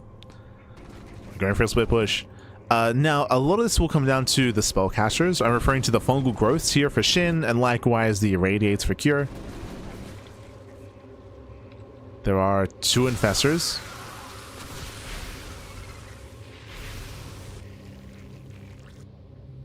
And they're here on the top side. Oh, we just have free reign. There we go. Nice counter targeting. Nice counter play. Does focus on the Ravagers at the same time. And Marines, they do bust into the mineral line. We have the slow Banelings to defend. The slow Banes. They're trying. Yeah, the army splits. Banelings, they do not connect. They somewhat trade here. Infested, they respond. And Curie trades well. He might be cleaned up, but yeah, GG. GG gets called. He gets 15 drone kills. He cripbles the economy. And Cure, he will claim the series 3-1. GG. Whew. GG, well played. Cure, he will claim the series. He will advance on. He will advance on here into the semifinals. Again, Shin, he was able to somewhat pose a threat. I do appreciate that we did see some variety out of Cure. We saw a lot of what we expect in game 1 and game 2, but here in game number 4, I appreciate that we saw something a lot more bio heavy, going 2 racks instead of 3 racks, so 2 rack stim into a 5 racks follow up into double starport mass science vessel.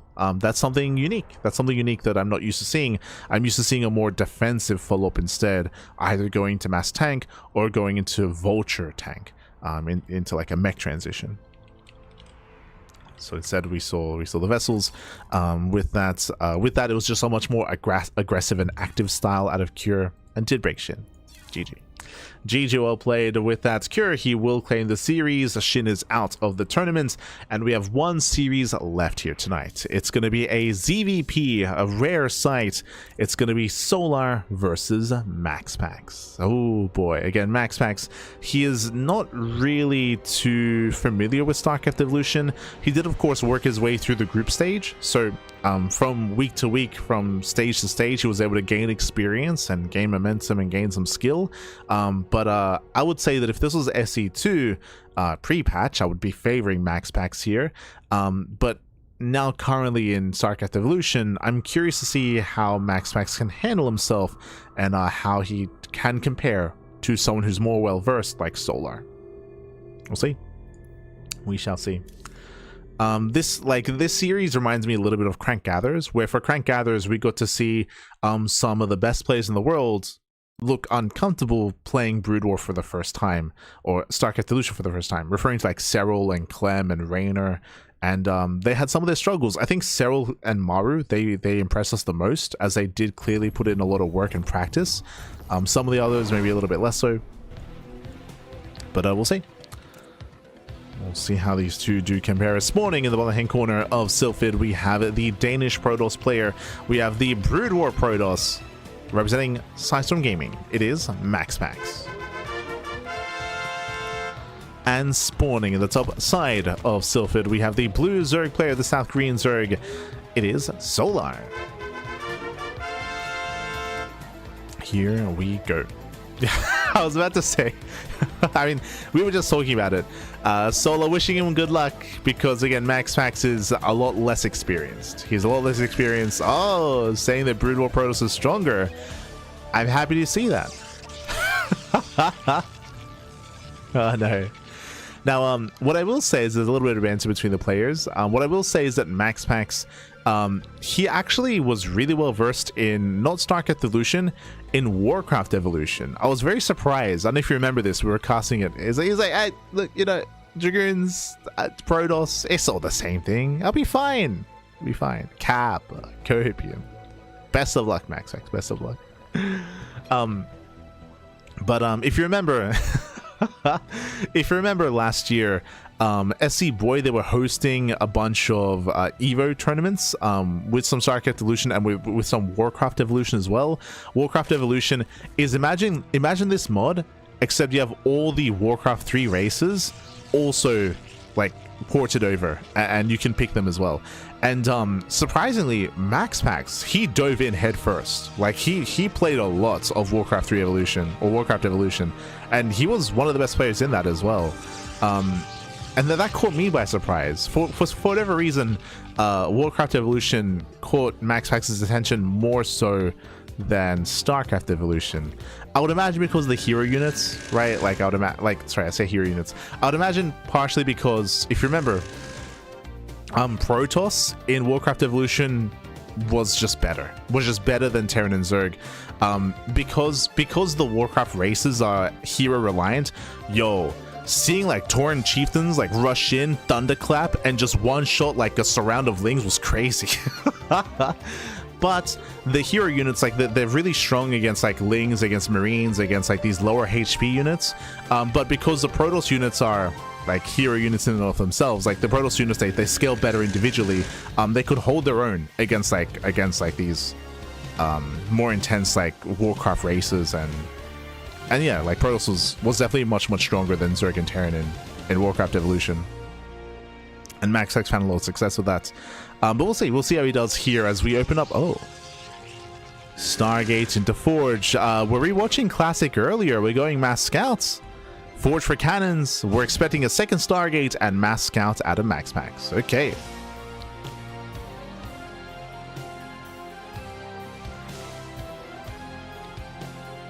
Call a hearse, but not for me. Oh, no. As if you recall, we casted Classic earlier in the broadcast, and he went for a very similar build, assuming that we're going double Stargate Mass Scouts. We saw that against Rumiath, if you recall. Oh. This is not double Stargate Mass Scouts. We're rushing Carrier. This is very greedy.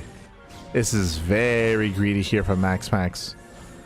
Staying on a low scout count means that you're not going to be able to apply as much pressure to your opponent, to harass, to force out units, to have a defense as well.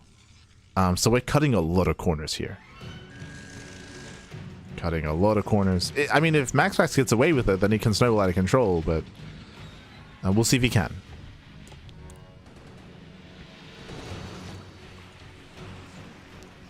That's still some of the highlight moments of 2025 for us was seeing like not even just Tauren Chieftains, but I said that he had Tauren Chieftain had the War Stomp. It was the Muradin hero jumping in and thunderclapping. That was some wild stuff. Ah. Recommend the VODs.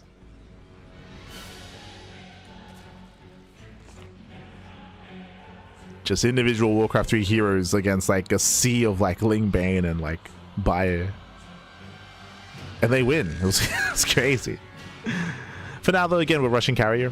Max Faxi's Russian Carrier. So far, Solar has not scouted. He has not gone into the main base. The scout has done a great job at denying Overlord scouting and Overlord vision. Solar is going into Ling Hydra though, and Hydras are a good kind of stopgap measure. You can build up into a 3-base economy, then go into a 3-base Hydra all-in, like a Ling Hydra all-in, and you can break a Turtling Protoss player.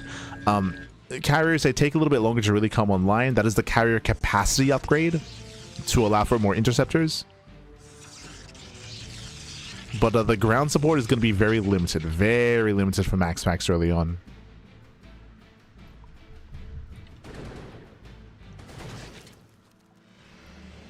We need cannons. Carriers are revealed. Yeah, carriers, it revealed early. I feel like this is a mistake. Up until this point, Solo was not aware. Now he knows, and here come the Hydras. Here come the Hydralisks. Ares here confirming how many Stargates there are. Does confirm both Stargates, Mass Carrier, Max Faxi supply blocked. We're going for the Citadel. This will be for Zealots for eventually Storm, eventually. But I believe Solar should hit first. As the Max Fax, he's coming to Solar.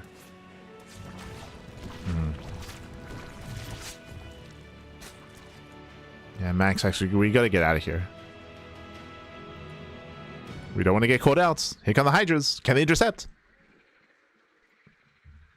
So rallying with everything. Yep, Solar, he does cut works at 66 drones. That is 3-base all-in. So 3-base saturation, 3-base all-in, Massling, Hydra, Solar, he sends everything across the map. And what are the defenses looking like? So we have 2 cannons at the natural, 1 battery. There's going to be 2 cannons at the 3rd base, no battery at the 3rd. Very minimal stack defense. Hydras, they just kill the interceptors. They have to cut back. There we go. Does cut back. Queens are coming to support as well. And here come the reinforcing Hydras. As we rotate towards the 3rd. I'll be honest, I don't see Max Fax saving the 3rd base. I mean, the carrier count is getting a little bit higher. He does have 4 carriers, true. He has 4 carriers. Interceptors are doing what they can. Takes down 1, 2 Hydras.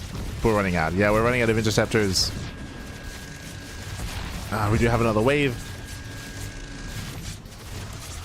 We try to send out a 2nd wave, Pappy.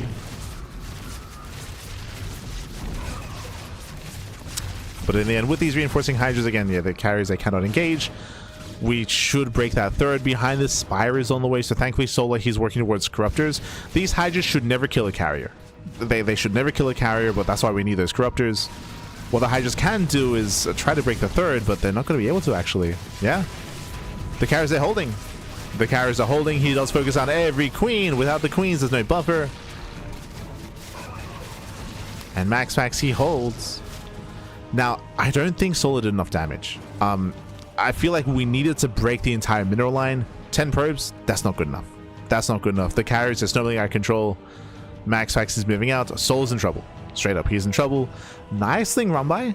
Okay, these Lings, they will make up for the Hydras. They make up for the Hydras. They will finally clean up these probes.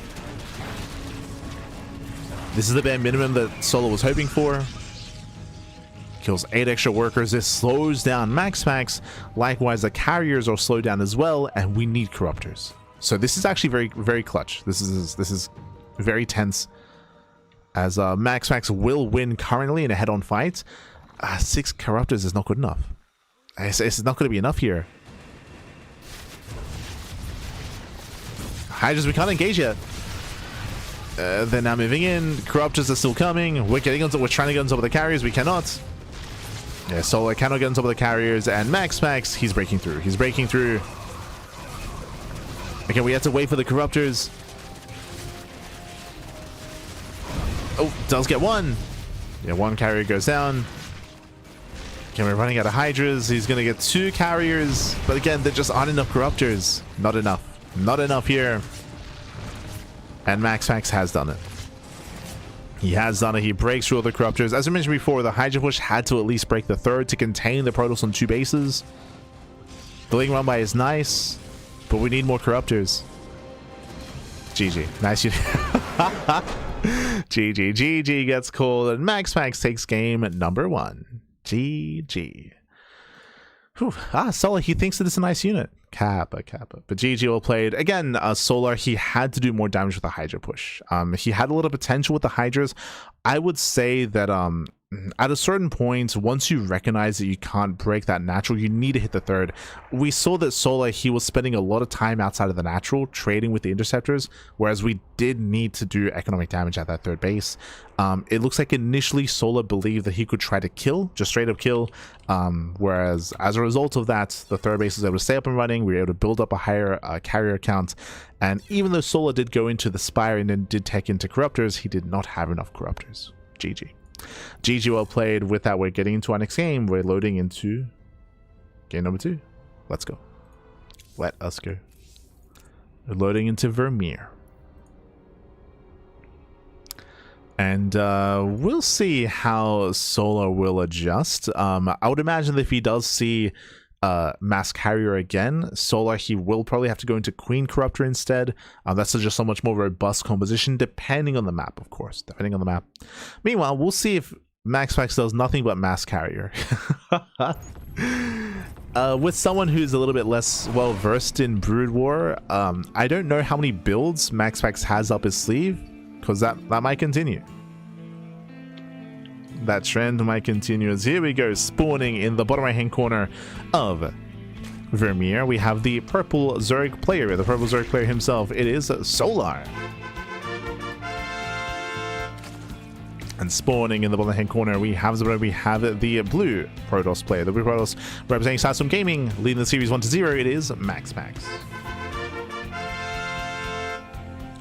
feel like Solar had plenty of time to take into Corruptors a lot faster, but just didn't. The phrasing there is a little bit weird. I would say that Solar believed that he could do more damage with his Hydras, but the realization of the Hydras not being good enough didn't set in for quite some time. I would say that's why we had a later Spire, because because again, it was a 3-base all-in. Like it was a 3-base Hydra all-in that was supposed to end the game. This goes into what we mentioned earlier, how we did need a faster recognition of that to hit the 3rd base faster as well out of Solar, to try to go for economic damage more so than just try to kill the carriers. So maybe a better way of putting it is maybe some overconfidence out of Solar, some overconfidence with his Hydra all-in, and then it sets in. It's like, oh, this isn't working. It's I need a Spire, I need Corruptors. Here we go. Here we go. So now getting to game number 2, and welcome to Vermeer. Welcome to close spawns. Ooh, I think for the first time tonight, we've casted quite a bit of games on Vermeer, but I feel like it's usually cross spawns. But here we have a very short rush distance, very short distance by ground. Aggression's going to be favored. Solar does go gasless. Okay, so a hatch pool, a hatch build out of Solar, no gases whatsoever.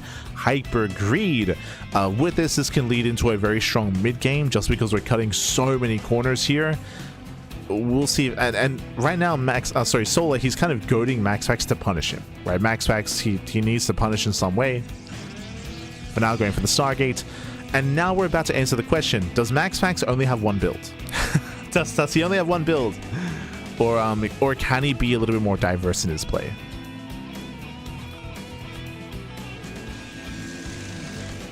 For now, opening Stargate into Scout.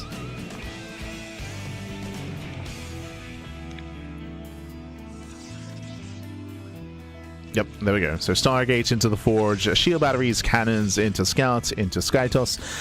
Now, whether this is fast Fleet Beacon into Carrier Rush again, or second Stargate into Mass Scouts, that is yet to be determined. We'll see.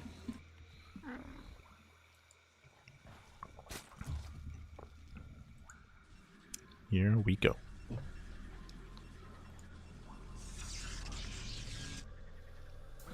You could make an argument because of the rush distance by ground. I mean, you can make an argument for maybe a stronger 3-base Sling Hydra all-in, or even like a Queen Walker across map with Queen Corruptor. We'll see what Solar spends his gas. For now, second Stargate, Fleet Beacon. There it is, Fleet Beacon, same build. We have the answer. Same build. Same build here, so we're rushing Carrier. We're going for the Carrier Rush. Because of the close rush distance by ground, it's a German taxi. Okay, so because of the close rush distance by ground, the carriers, they can counterattack very quickly, very quickly here, so that is dangerous for Solar. At the same time, I was posing the idea of a Queen Walker across the map. The Roach Warren, to me, tells me that there's a high chance that we might just go for a German taxi into fast Dropper Lords, into Mass Queen, Roach Ravager, try to end the game early on instead. If you remember, German taxis, they were invented to shut down a double Stargate Mass Void Ray in SE2. But we'll see. Soul's making a bunch of Lings. Soul's going for the lair. Carriers are amassing. Creep is spreading. Did make a massive wave of Lings here, whereas this could have been drones. So these things, they can't really do anything.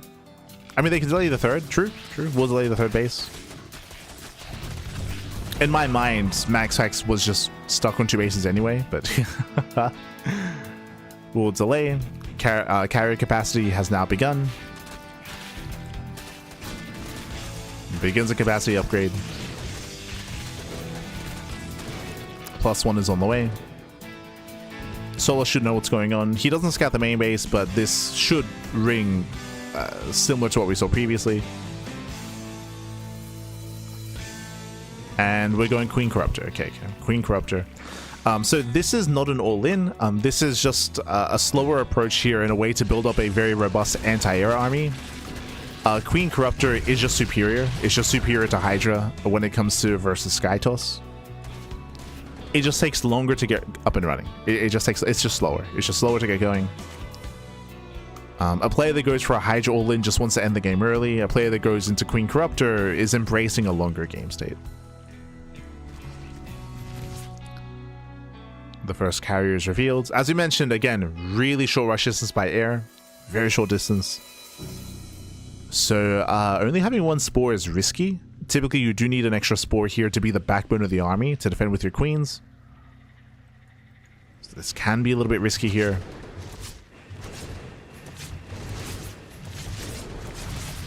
Got the transfuse.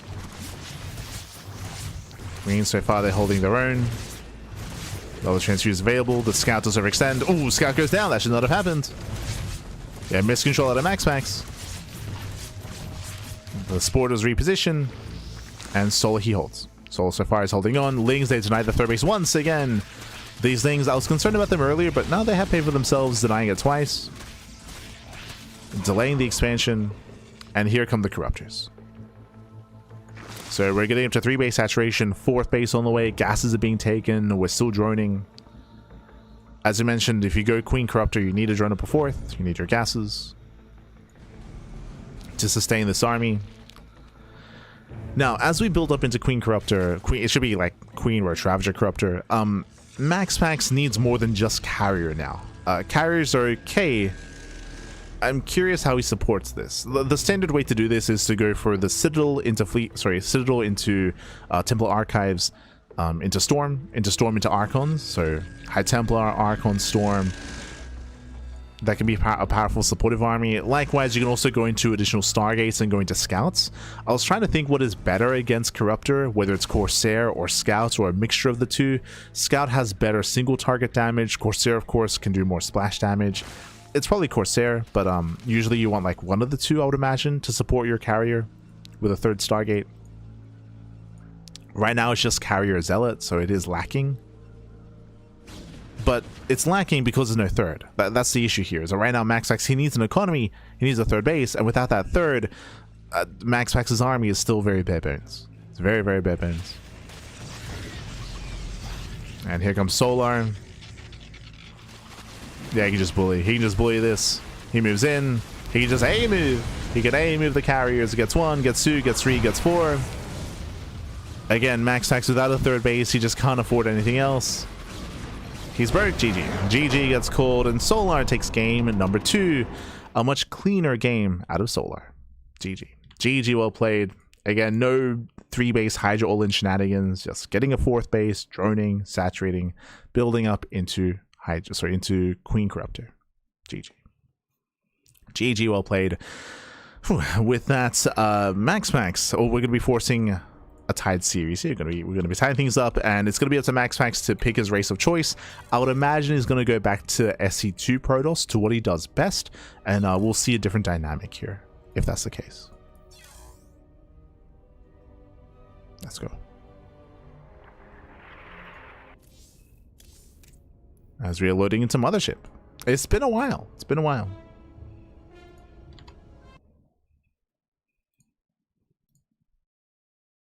We go.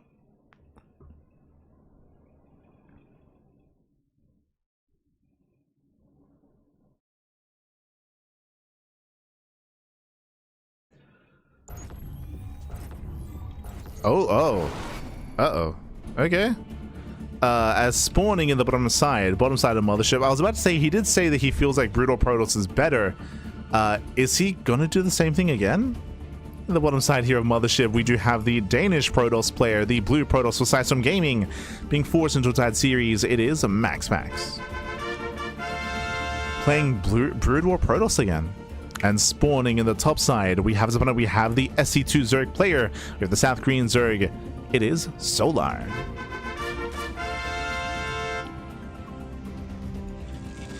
Okay, show us what you got. Again, I'm concerned if we're going to go for the same build, because Solar, he's matured over the series, right? Game 1, he was having fun trying to all in, it failed. Game 2, much more robust, much slower approach, just building up your queens, building up your corruptors, and then bam, ensuring that the third base is denied and snowballing out of control.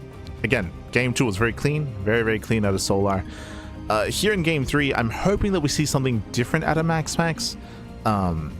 Say more gateway heavy, Reaver drop play, Stargate just as an opener. We'll see. I feel like this is a pivotal game for MaxPax in the series.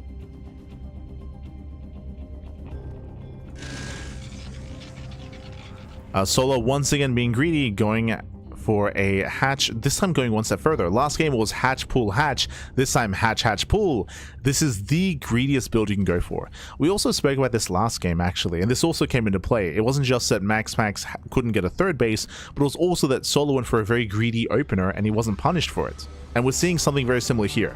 We're being hyper greedy from Solar. If he's not punished, he will once again have a stronger mid game, just like last game. Or even more so than last game.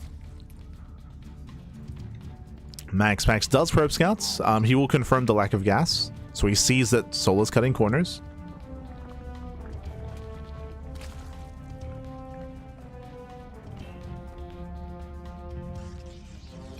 Oh, and we are going for a bit of latency. We are switching these up here. It's going to be a robo opener. Okay, Reaver drop. So MaxPax is going for the Reaver drop. Thankfully, we have more than one build. Let's go. Let's go. We have more than one build. Going for the Reaver drop. This is a way to apply some pressure. We'll see how this works out. It's a way to get some damage done. The issue that I have is that going for a Reaver drop, like, you can still defend with minimal units. As long as you can zone the shuttle with the queens and Lings are able to get under the Reaver, it doesn't take that much supply to deal with it. So we'll see if MaxPax can find some damage.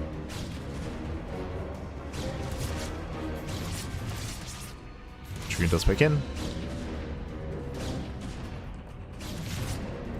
Dragoon pokes in, pulls away.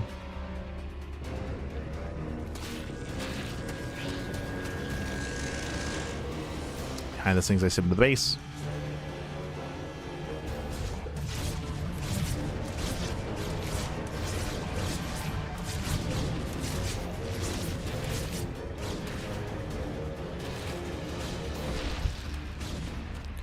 And so far, nice damage. Gets a queen. Queen goes down. There's shuttle speed being researched, getting ready for the Reaver drop. And not a bad start here for Max. Doesn't lose any Dragoons and does kill a queen. So not bad. As Max, he rotates, still applying pressure with the Dragoons. This is important. Just need to apply that pressure. Link speed only just now begins. And Solar, he is being punished for cutting corners. He's being punished. Another queen gets low.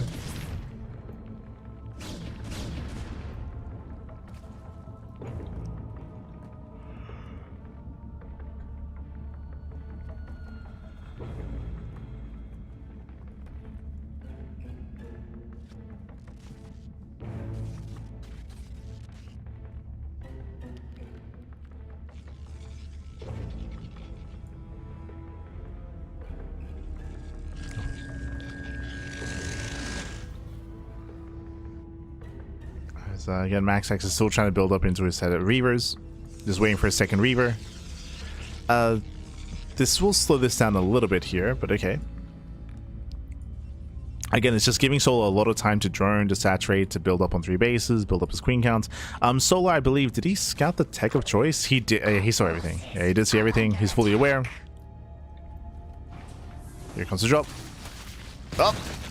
I'm catching the tail end of the Ducklings. Catching in a few lings. Up.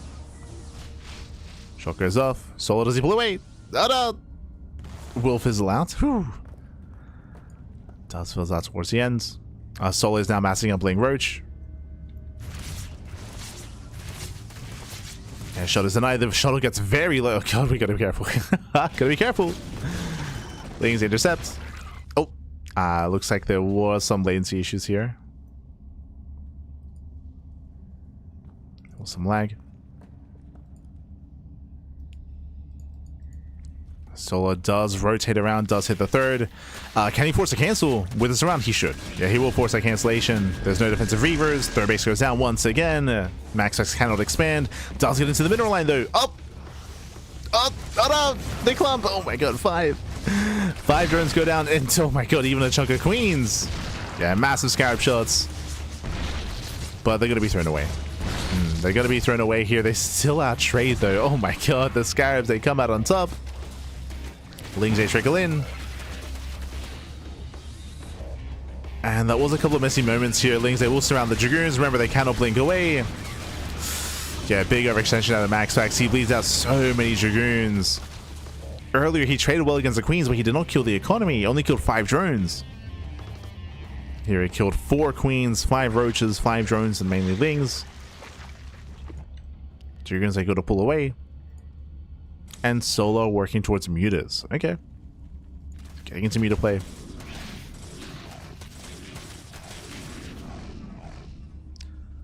It's a nice way to deal with the prism, with the shuttle, to harass. It's even stronger here just because there's no Blink Stalkers.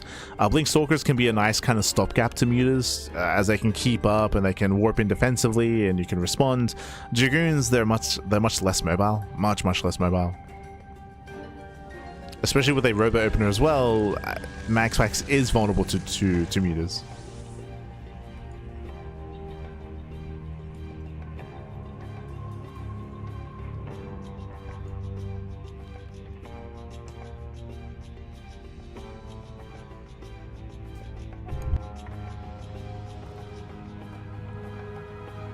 He's vulnerable. We're now trying to collapse in. Mutas have arrived. They're going for the shuttle. One scrap shot goes off. The shuttle, he's going to be zoned away, and the ground army is going to crumble. Yeah, Max actually loses everything here. The Dragoons, the Zealots. Army gets cleaned up. Muta's taking counterattack. I believe did catch it. Yep, did catch a shuttle. And now we can move in. Now we're forcing out Mass Dragoon. Cannons thankfully are ready. They're in position. But they're still going to go down. Oof. Bringing down the cannon, getting into the mineral line. Probe's going to be falling. Dragoons have to respond here to the mutas. Does mean the third base is exposed. Max just getting torn apart. And Solo going for the 1-2 punch. The mutas are in the main base. Meanwhile, the main army will hit the third. Solo's moving in. Contamination here on the gateway. Okay, sure, I guess. Contaminates.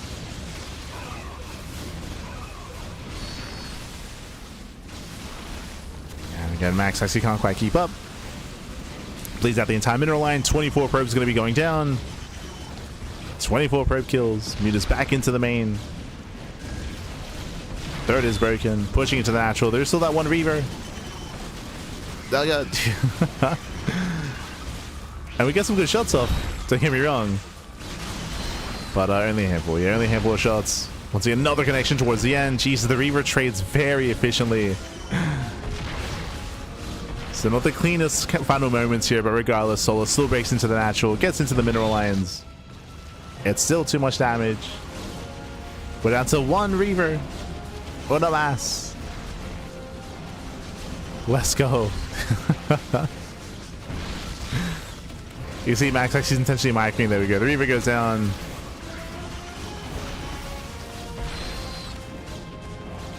Down to 3 Dragoons. Up to 5, okay. 5 Dragoons left. 40 probes were killed. The Max down to 23 probes. Down to under 1 base economy. Under 1 base. And Solar can just chill. Yeah, GG. GG gets scored. Solar, he will claim lead in the series at 2-1. GG. Whew. GG, well played. Solar, he will claim a lead in said series. Max, he did attempt to go into a robot opener into a Reaver drop, but it was very late. He was waiting for the second Reaver and staying back a little bit further. It did give a lot of time for Solar to just build up back at home, to drone, to saturate up to 4 bases, and behind it was able to take advantage of the tech that Max was stuck on and go into Muta play. Again, Dragoons have a really hard time keeping up with the Mutas. Likewise with a robot opener as well. No Stargate, so very limited anti-air. Mutas, they were able to pull apart Max. But even before that, Solo was doing a great job when it comes to delaying the third expansion, delaying the economy, and keeping Max low. GG. GG, well played. With that, we're going to be loading into our next game. Again, Solar, he's 1 game away from claiming the series, and Max has to fight back here and now to make a series out of this. Oh boy. Or to force the ace match, I should say. As we are loading into Karis Passage. This is the gold map, if you recall. There's a lot of gold bases. A lot of gold expansions. I don't like the idea of Sky Toss on this map, just because there are so many gold bases. The Zerg player will have a big advantage. But we'll see. We'll see. A spawning in the bottom hand corner of Karis Passage, we have the Danish Protoss player, the Red Protoss, representing System Gaming. Down in the series, can he bounce back and force the ace match? It is Max.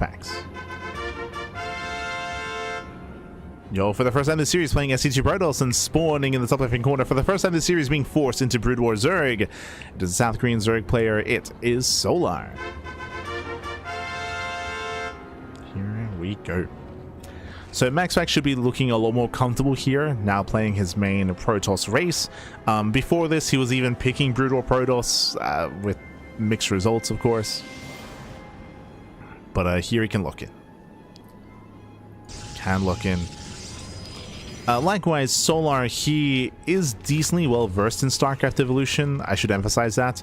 I would say that Solar, he's top 2 Zerg player in StarCraft Evo. I think I rate Shin slightly above Solar, but I don't know, if you want to like argue that maybe Solar's better than Shin, like you can make that argument. I don't. I would say that they're both top 2. They're both top 2, Shin and Solar. Both up there. I know that a laser has been looking really good recently, but a laser, I would say that his successes have been mainly based off of all-ins. Like a laser, if you watch his play in StarCraft Evolution, it is hyper aggressive. Like you rarely get to see any kind of mid to late game out of a laser. Like a lot of lurker all-ins, a lot of Hydra all-ins. A laser is very in your face. For Serral, I can't speak too much on Serral because we mainly saw Serral's ZVZ, and he was looking really good, don't get me wrong, really good in ZVZ, but I haven't seen enough of his other matchups to really have a stronger opinion on where Serral lies right now. And I don't know if we'll be able to see more of that just because he doesn't play too much StarCraft Evolution to begin with.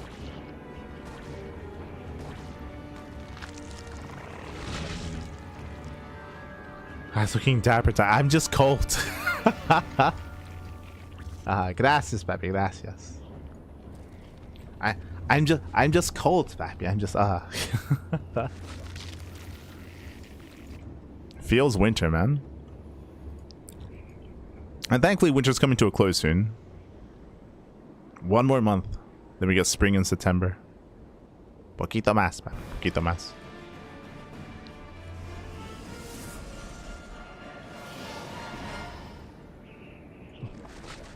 As for now, we're getting to our Hydrogen.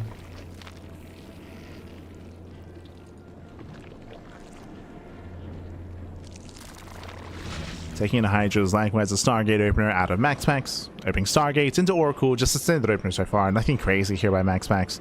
Unless he goes Void Ray, there's not really too much to really speak on yet. Likewise, Solar, I believe, skipping Link Speed. Yep, does skip Link Speed, straight to Hydras. We'll keep an eye on the lair timing out of Solar to see if he does try to rush into earlier tech. Otherwise, we could just open up Link Hydra into a third. As the Oracle is on the way.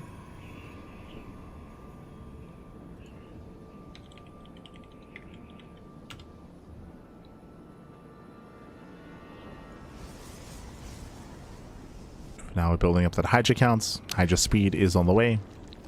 No lair yet. Claiming the third base. Solar just building up. Just building up. He's not rushing into any kind of tech. Max likewise claiming his third base. And this goes into the map itself. Welcome to Karis Passage. It's a two-player spawn map, but where you do have some interesting features. You have a very narrow choke point here pushing through the center. You have a wider entrance here, which you can just knock down these towers and seal this area off. So this map can be a little bit more choky. On top of that, gold bases. We got plenty of gold expansions. We got gold. More gold, more gold, oh the gold. We got 4 gold expansions. I think it's only 4. Yeah, 4 gold bases. We have a double gas. Also, we have I think we have extra patches here on the south side as well. Yeah, we have 8 patches here on the south side. Oh wait, no, standard.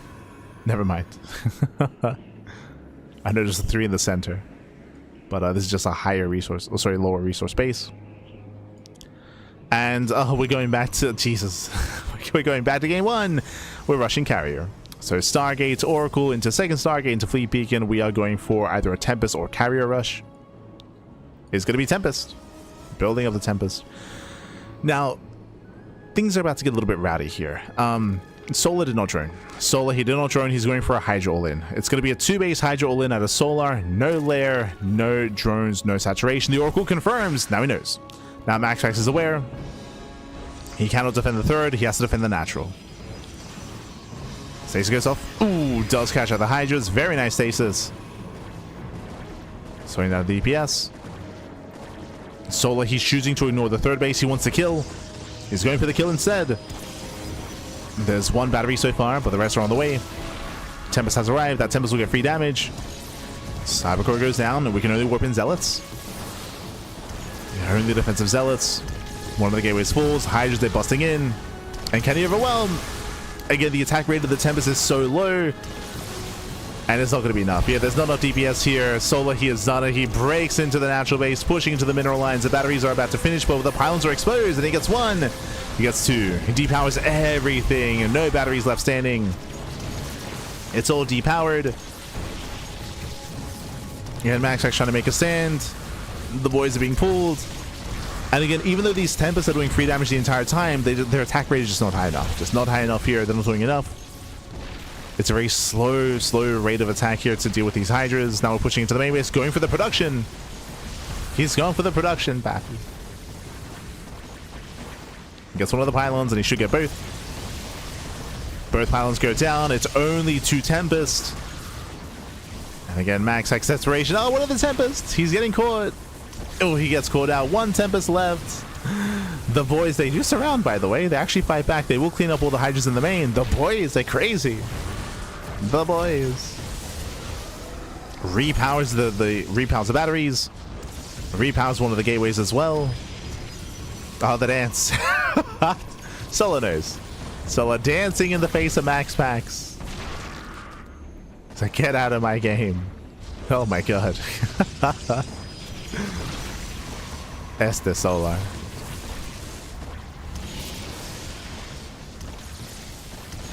And with that, I mean, technically this is the 3rd expansion. Technically we have Warpins here, but Solar, he's droning. Solar, he's just droning up back at home. He's chilling. He is very far ahead.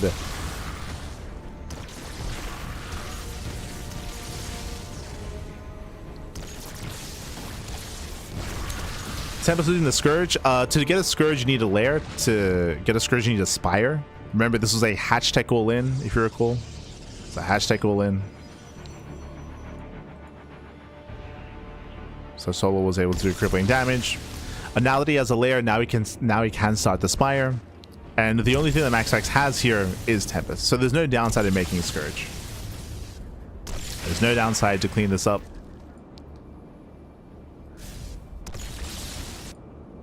And again, there's just no economy here to support the army. Otherwise, we could afford like a 3rd Stargate, a Twilight Council into upgrades, into Archons, into Storm, into anything else. And because it's purely Tempest, like, again, there's just not really much here. Oh, no, the Hydras! No! He's gonna catch up the Tempest. Yeah, he does get a Tempest here. Massive pickoff. Gets 1 Tempest. Down to 3. 3 Tempests left. But in this kind of game state, I mean, whether it would be Scourge or even an SE2 just Corruptors, I would just deal with this very handedly. There's a reason why Solo was dancing. Like, the Hydras end of the game.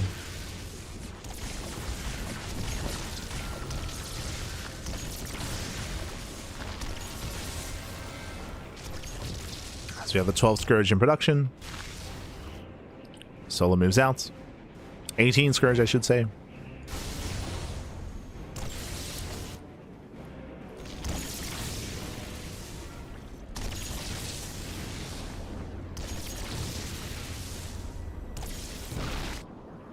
Back at home, we have 2 defensive Tempest. Scourge, they clean this up. And here comes Solar. Here come the Hydras. We're going for the kill. We just walk in. Just walk into the bases, Pappy. They can just stroll on in. They get into the mineral line. Once again, more probes going to be going down. Tempest are lured out. And the Scourge, they flank from behind. Gets 1, gets 2.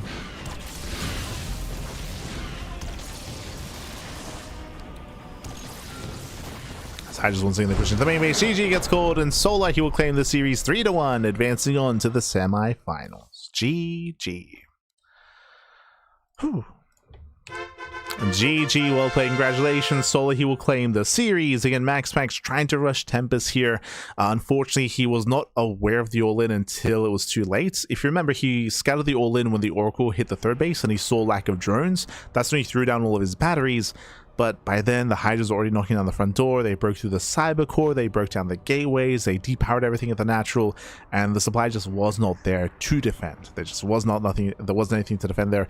If there was an earlier scout and an earlier realization, then we would have seen a stronger defensive line at the natural, earlier batteries and earlier warpins, and maybe you can defend. Maybe it's just very, very difficult though. Just because, again, because of that low attack rate of the Tempest, it takes so long to break through. But again, if given more time, if given more warpins, then there's a chance here that maybe Max can hold. But otherwise, GG. GG well played. With that, congratulations, Solar. He will advance on. Max is out. And with that, we have our top 4 players. We have our top 4 players of the tournament. It's going to be Bjorn alongside Classic, Cure, and Solar. Let's go. Let's go. We have our top 4 players, and we're going to be covering the semifinals tomorrow in tomorrow's broadcast for SEL Ladder Invitational. Bearing in mind that tomorrow is going to be the semis, the bronze match, and the grand finals. 4 series tomorrow. A lot of content, a lot of StarCraft Evolution specifically. True. As we catch up with the rest of our schedule,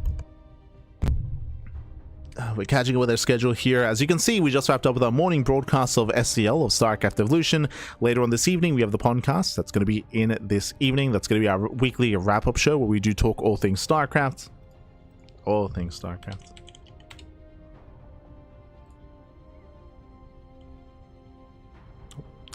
So we'll be catching up on that. Likewise, we also have the SEL. We have the SEL, again, SEL tomorrow. That's going to be the semis, bronze match, and grand finals. That'll be Friday morning. We'll then have Sealing Open and Sparkling Tuna Cup over the weekend. Plenty of content, plenty of StarCraft every single day, as always, here on the CranKy Ducklings. And we'll see you guys in around 6 hours. 6 hours time for the podcast. The StarCraft does not end, Pap. Does not end. Again, we'll be going over all the tournament results of the week and all the news of the week as well. I believe we have some new SE for All announcements in regards to players and other news as well. So look forward to it. Look forward to it.